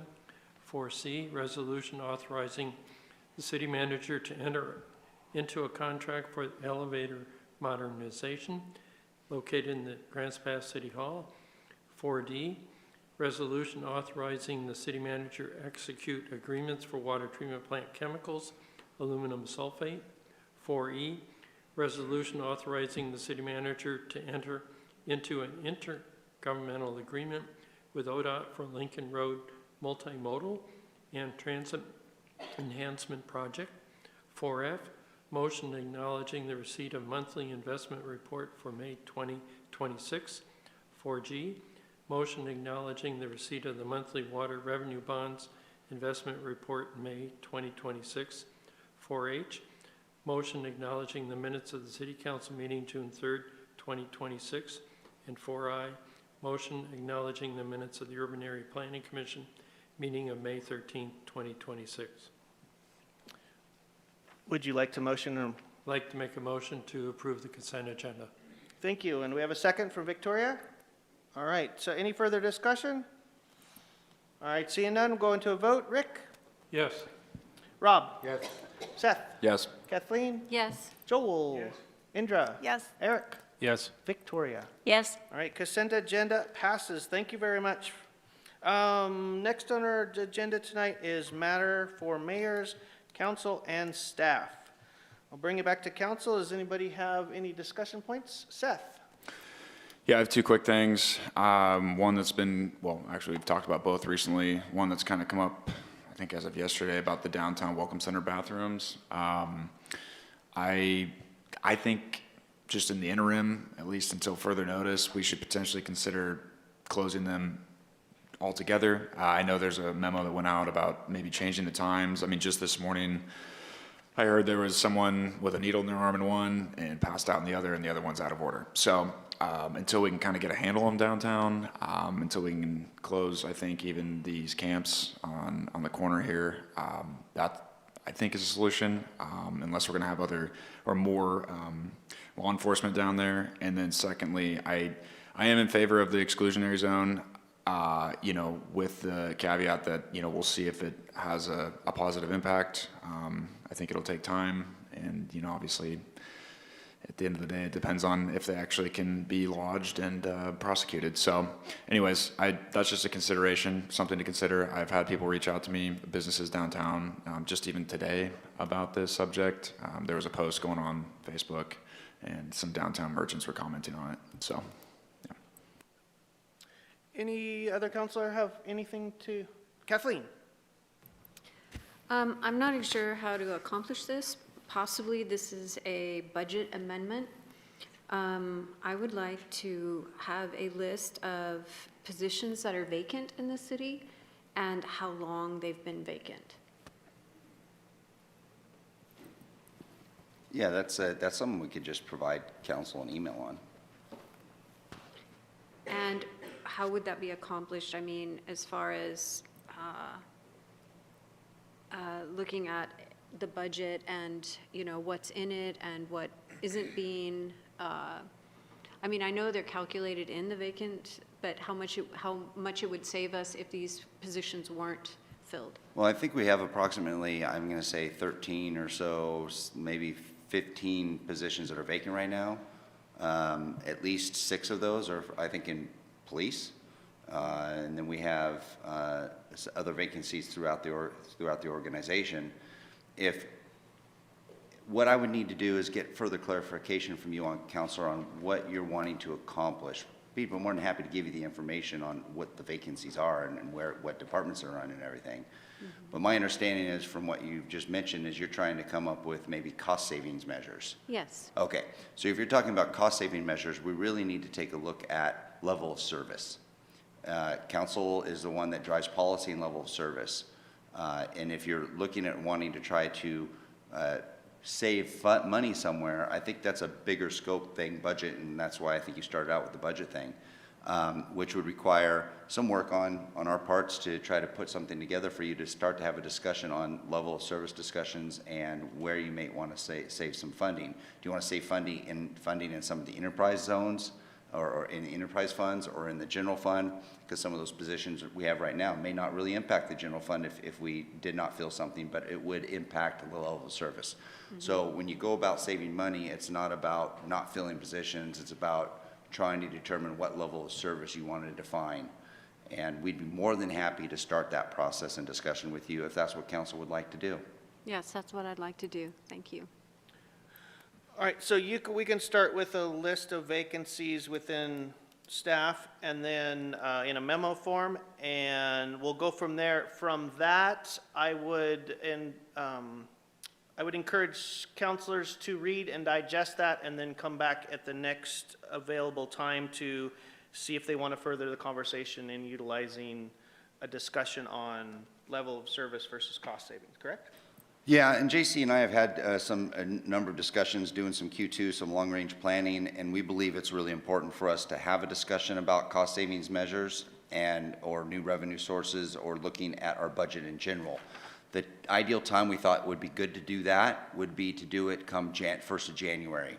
The reason for doing that is this is an election cycle, and by the time we get geared up with the budget and the finances, we may have turnover of certain elected officials, and we thought from an efficiency perspective, it'd be good for us to start talking about budget come first of the year, and we need to address, I think, some of the concerns that you might be bringing up. So from our perspective, we thought that would be a good time to do it and put it on the schedule, but if you want to start it early, and if council wants to do that, we'd be more than happy to prepare you for having discussions about the budget and potential cost saving measures or areas of levels of service to change. I think I'd like to start that early. It's up to council to decide that, so.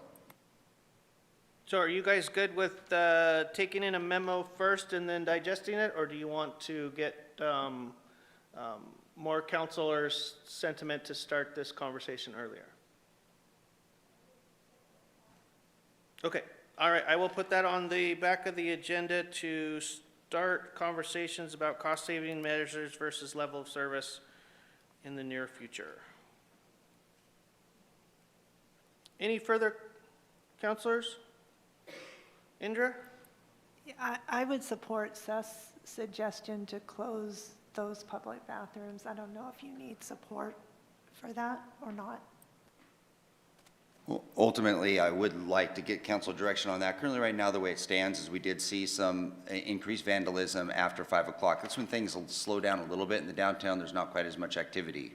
Welcome centers closed and other things like that. However, as Councilor Pell and I have discussed, there is also some business activity that still goes on, and a lot of the retail stores are open till around 6 or so, and so we were looking at maybe closing the restrooms down from 6 to, 6 o'clock instead of 10 o'clock to try to curb the majority of where we're seeing the vandalism occurring, which is in the early to late evenings.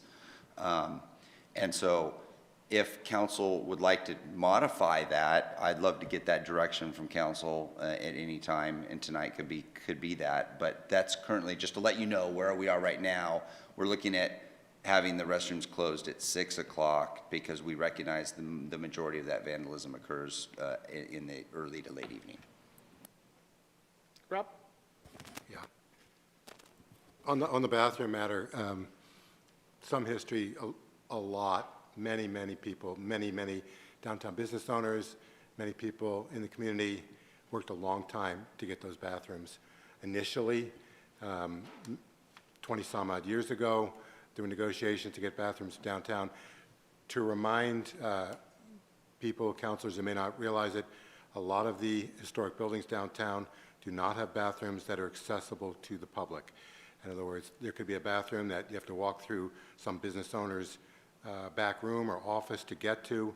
There are many people customers that will come in off the street, or non-customers, that's the point too, will come in off the street looking for a bathroom, which was the whole point of having bathrooms downtown. It was to serve customers because they were constantly or often coming in to and asked to use the bathrooms, and then they would get upset. Let's say they've got some mother comes in with a young kid who's jumping up and down, needs a bathroom. Do you let them go through your back room or through your office, through an unlocked desk area to get to a bathroom, or do you tell them, geez, I'm sorry, I can't do it, I can't allow that, I'm here by myself, I can't walk you through to my bathroom, but there's no bathrooms downtown for you to go to. I mean, it's a really negative spiral that gets into. And I think, quite frankly, for anyone to suggest that tonight without talking to business owners downtown, I think is really blind. I think it's very short-sighted, and a lot of people worked a long time to get those bathrooms open. The reason that we had the bathrooms, we designed the bathrooms of the Welcome Center to open from the outside is because so many people were going in the Welcome Center. It was causing a drain on the people that actually worked in the Welcome Center to have to constantly allow people in and out of bathrooms. But we basically set that up so that customers who are walking around downtown, and we want them to stay there longer rather than go somewhere else, we want them to. And there's a lot of businesses that do not have publicly accessible bathrooms. And you end up in a bad situation when somebody comes in needing a bathroom and you tell them, no, you can't go here, and we have no public restrooms open. Bad move on everyone's part. If that's what the council decides, it's a bad move. Seth? Yeah, I'm not against restrooms downtown. My suggestion was just at least temporarily, because again, I disagree that there's people downtown that are ecstatic about at least specifically the Welcome Center one. There's a couple others down there. It's become a haven for bad behavior. I mean, we saw a memo about the costs associated recently in the last year or so with, damages that have been done to those bathrooms. I mean, I hardly want to take my kids in those bathrooms when I've had to. And again, I don't disagree that we, as they should be intended to be used, it's a great idea. But currently that's not the case. So again, what if that means, maybe A Street closes and it starts to clean up down there, that'd be great. And if an exclusion zone gets put in and that helps, great. If we increase law enforcement, great. I don't know, but I mean, and I don't know, what time do they open right now? They open around 7 to 8 o'clock. That is when concierge goes and opens them up in the morning, and then, yeah. So then there's time in the morning. I don't know. There's time early in the morning when they first open, clearly, according to the sources that witnessed it this morning.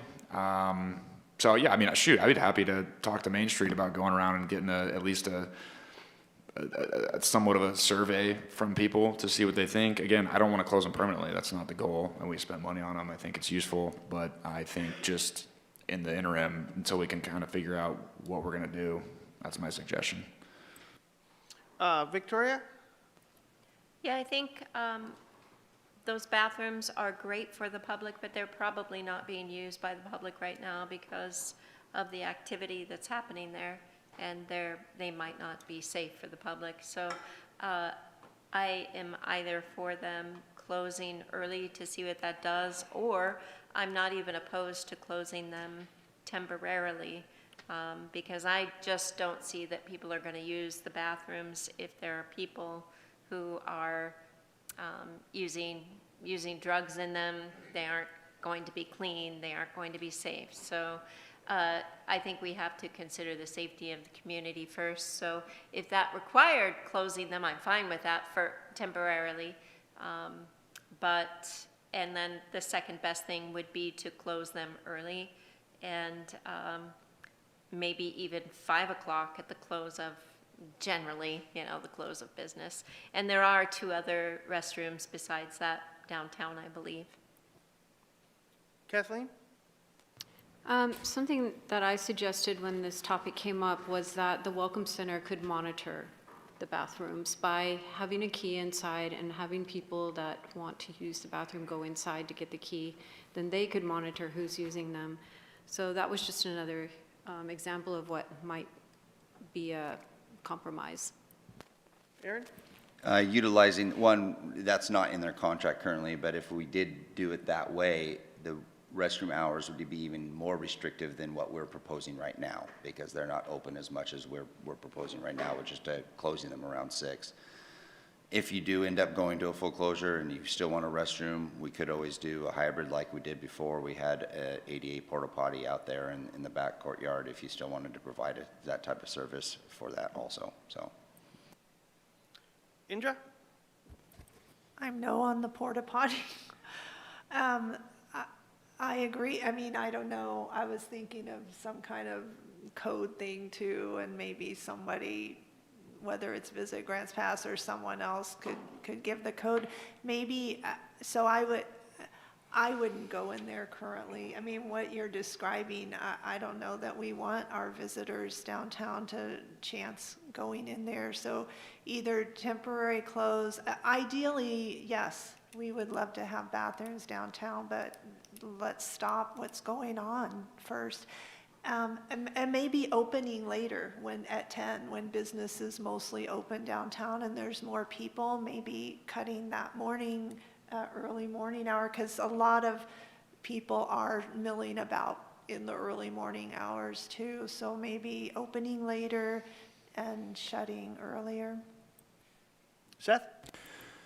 Yeah, I mean, I think, like I said, I'm in favor of just, and as of right now, just temporarily closing them, although it could be a situation for a special event, when people are down there for First Friday, maybe they're open for First Fridays. Until, and I can't believe I'm saying this, we can talk about this in a workshop about a bathroom. Unfortunately, that's what we've come to. But it's gotten bad. I mean, I am downtown all the time, and people hang around there. It's a public property, so it's limited to what you can do. So again, I think just temporarily, and maybe that's a month, I don't know, right? Until we can discuss how we can mitigate some of these issues, if that's possible. And then if there's a First Friday event or some other large event, I don't see why you couldn't open them for that. Okay, so you guys are discussing lots of parameters. Summarizing that you have some appetite to close temporarily. You also have some appetite to change the hours, not so early in the morning, extend it 6, 7 at night. If you guys want to solve this right this moment, I would start with a motion to do something, and we can get the full weight of the council's opinion on it. Seth? I mean, I'll make that motion to close temporarily. Again, I would put the caveat for special events, and, we can, I guess, put it in a workshop. I don't know, figure that out later. Okay, So you have a motion to close the public restrooms temporarily. Do you have a time limit on that? No, it's maybe end of July. Okay, close And then give temporarily us till the time. end of July. Do we have a second on that motion? Second on that motion from Victoria. Any further discussion? Rob? Big mistake, draconian overreaction from somebody who does not have a downtown business, who does not have people coming in that business that ask to use the restroom. Incredibly blind. So, number one. Number two, those hours could probably be cut in half and still be able to serve the public. There's very few shoppers downtown between the 7:30 current opening time and we'll say 10 o'clock or so. I mean, my business is an outlier. It opens earlier than that. Most don't. It's 10, 10:30 in there. So you could close them for 3 hours there. You could close them for 3 hours on the other end and have them be open till 6 or 7. Now you've cut them for half of the hours that potentially are causing problems while still being opened during the day when shoppers are downtown. And that would be, to me, if you're going to close them at all or reduce the hours, reducing by roughly half would probably be a reasonable way to look at that reduction. Draconian method to say they're closed completely with an arbitrary time of July. I mean, why not choose August? Why not choose November? I mean, completely arbitrary. So, you know, the bottom line is we don't have the 6 extra cops that we hired so far, that we contracted for, that we budgeted for. But to me, if they were closed from 7:30 to 10:30, 3 hours on that end, 3 hours on the other end, you could reduce it by 6 hours and still have coverage during the day when there are shoppers that we, in theory, want to attract, and we want them to remain in the downtown as long as we can so that they'll go to more than one store. If you don't care about that, or you don't think that that will have any impact on that, go right ahead, close them the entire time. Huge mistake by someone who does not own a downtown business. Okay, so we got a motion on the table to close the bathrooms temporarily, and I'm kind of going at it this way to kind of chip out to see what the full council's opinion is on regards to this. So further discussion, Seth?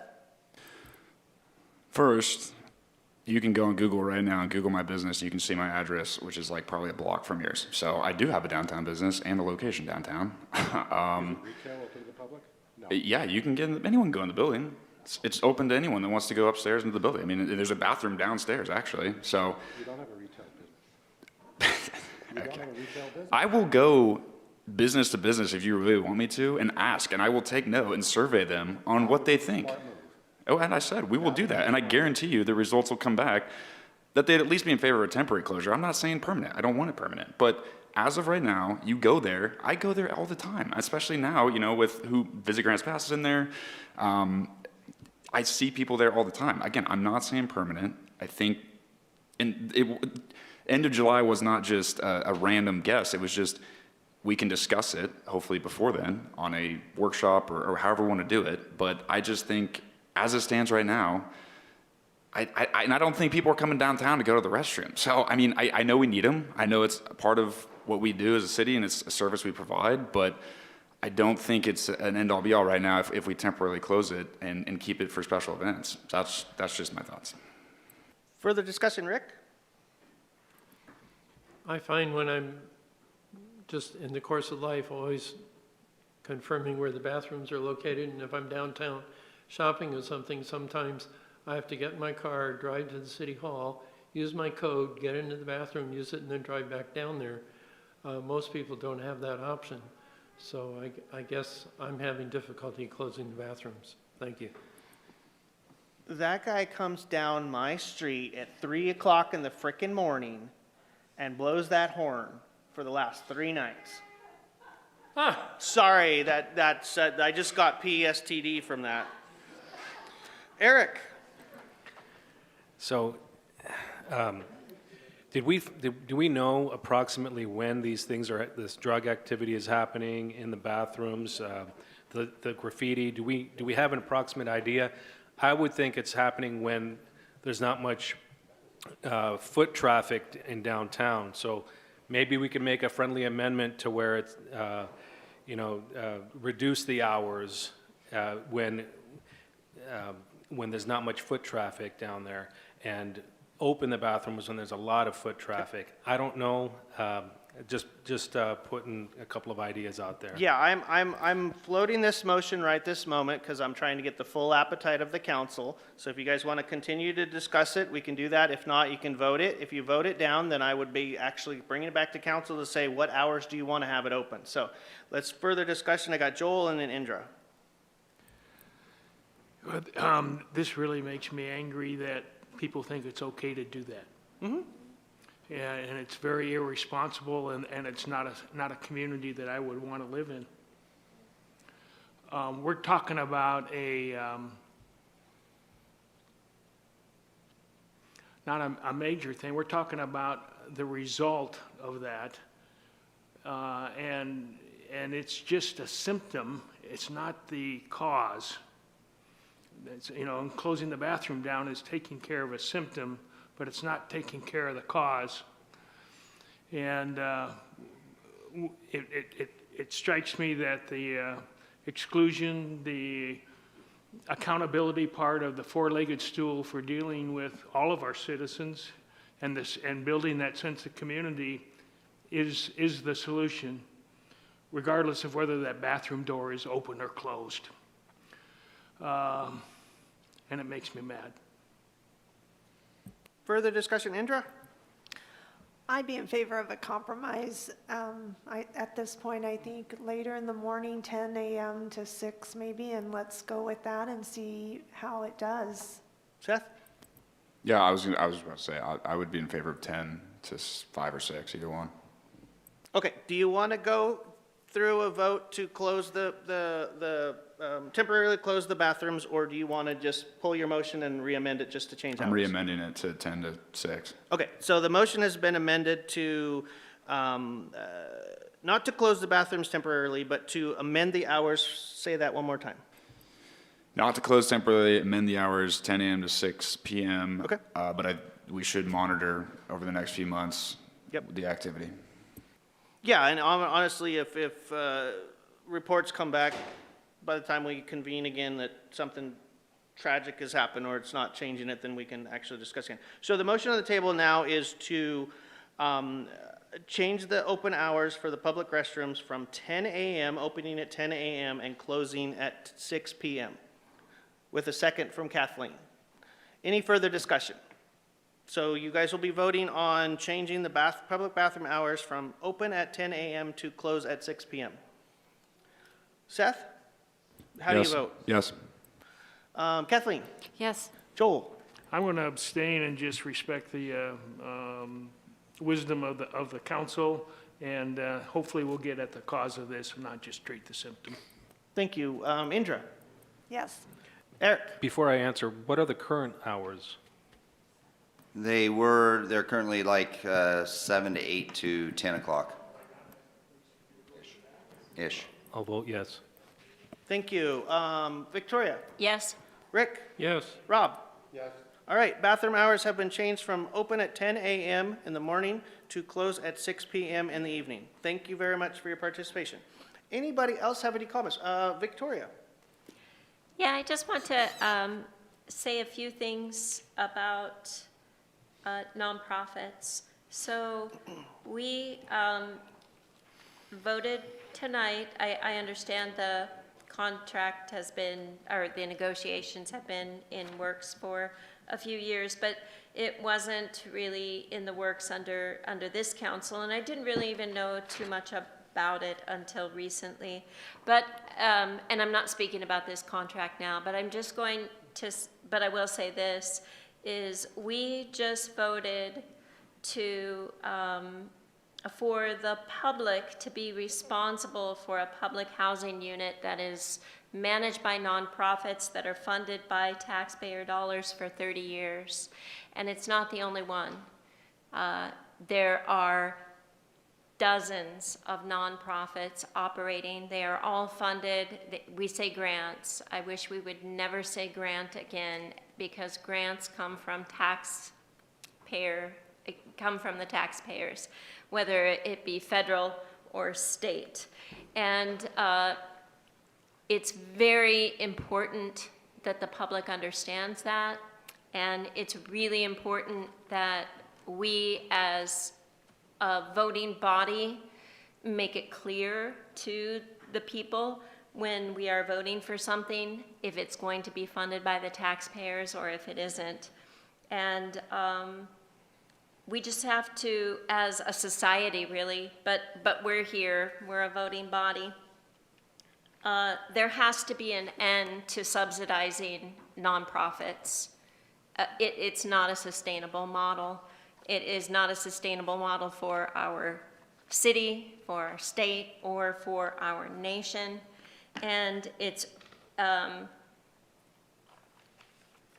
it shouldn't be, and just speaking in generalities, people are going to college to learn how to start nonprofits. And so it's just something that we really need to keep in mind when we're voting on things, because it's becoming, I mean, at what point do the taxpayers fund everything? And and that's not our form of government. This is 250 years coming up for the United States of America, and we are a constitutional republic, and we operate it under a free market system, but barely. And these nonprofits and huge contracts that are paid for by the taxpayers it's just not sustainable. So it's just something that going forward, I think all of us should consider when we're voting on anything. And again, I'm not talking about this particular contract, but I would say about this particular contract that one of the questions I asked was, I think one of them had been in business since 1991. I might have the year wrong, but for a very long time. And when I asked for numbers about the success, they weren't readily available. And that might have been a weird question, but it should not be a weird question. If you are going to be funding your business with taxpayer dollars, you should be able to immediately tell the taxpayers how successful you are in your business. So it's just something that weighed heavily on me, and so I wanted to take a minute to talk about it here, and thank you. I do have a clarification just to make sure that everyone's on the same page with what happened with the Allenwood agreement today. What the council has agreed to do is to sell a piece of property to a developer. There are certain terms as far as what they're allowed to do with that, but we are actually receiving $450,000 from the developer for the purchase of that piece of property. We're not giving them any funding for what they are planning to do on it from the city. Yes, I understand that, but that's still taxpayer dollars. I mean, it's grant funding that's coming to us.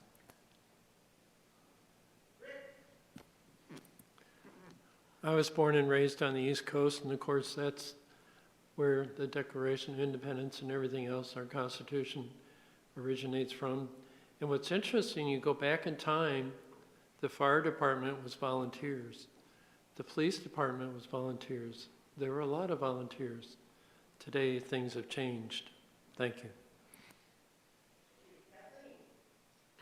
I wanted to ask you, Mayor, what happened to that time issue that you brought up as far as when workshops would be held?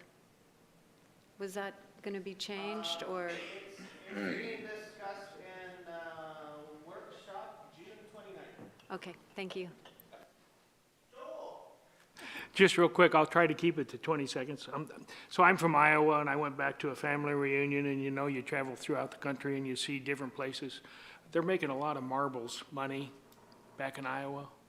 The trains there below where we stayed, there was 20 trains a day, 100 cars, a train loaded with goods and that were being shipped elsewhere that were bringing in marbles. There were barges going up and down the Mississippi, probably 25 of those a day, and they're huge, filled with marbles. bringing money into Iowa. Oregon's getting left behind, and I know it's not the fault of this council, but over the long run, we're going to be in trouble if we don't address that.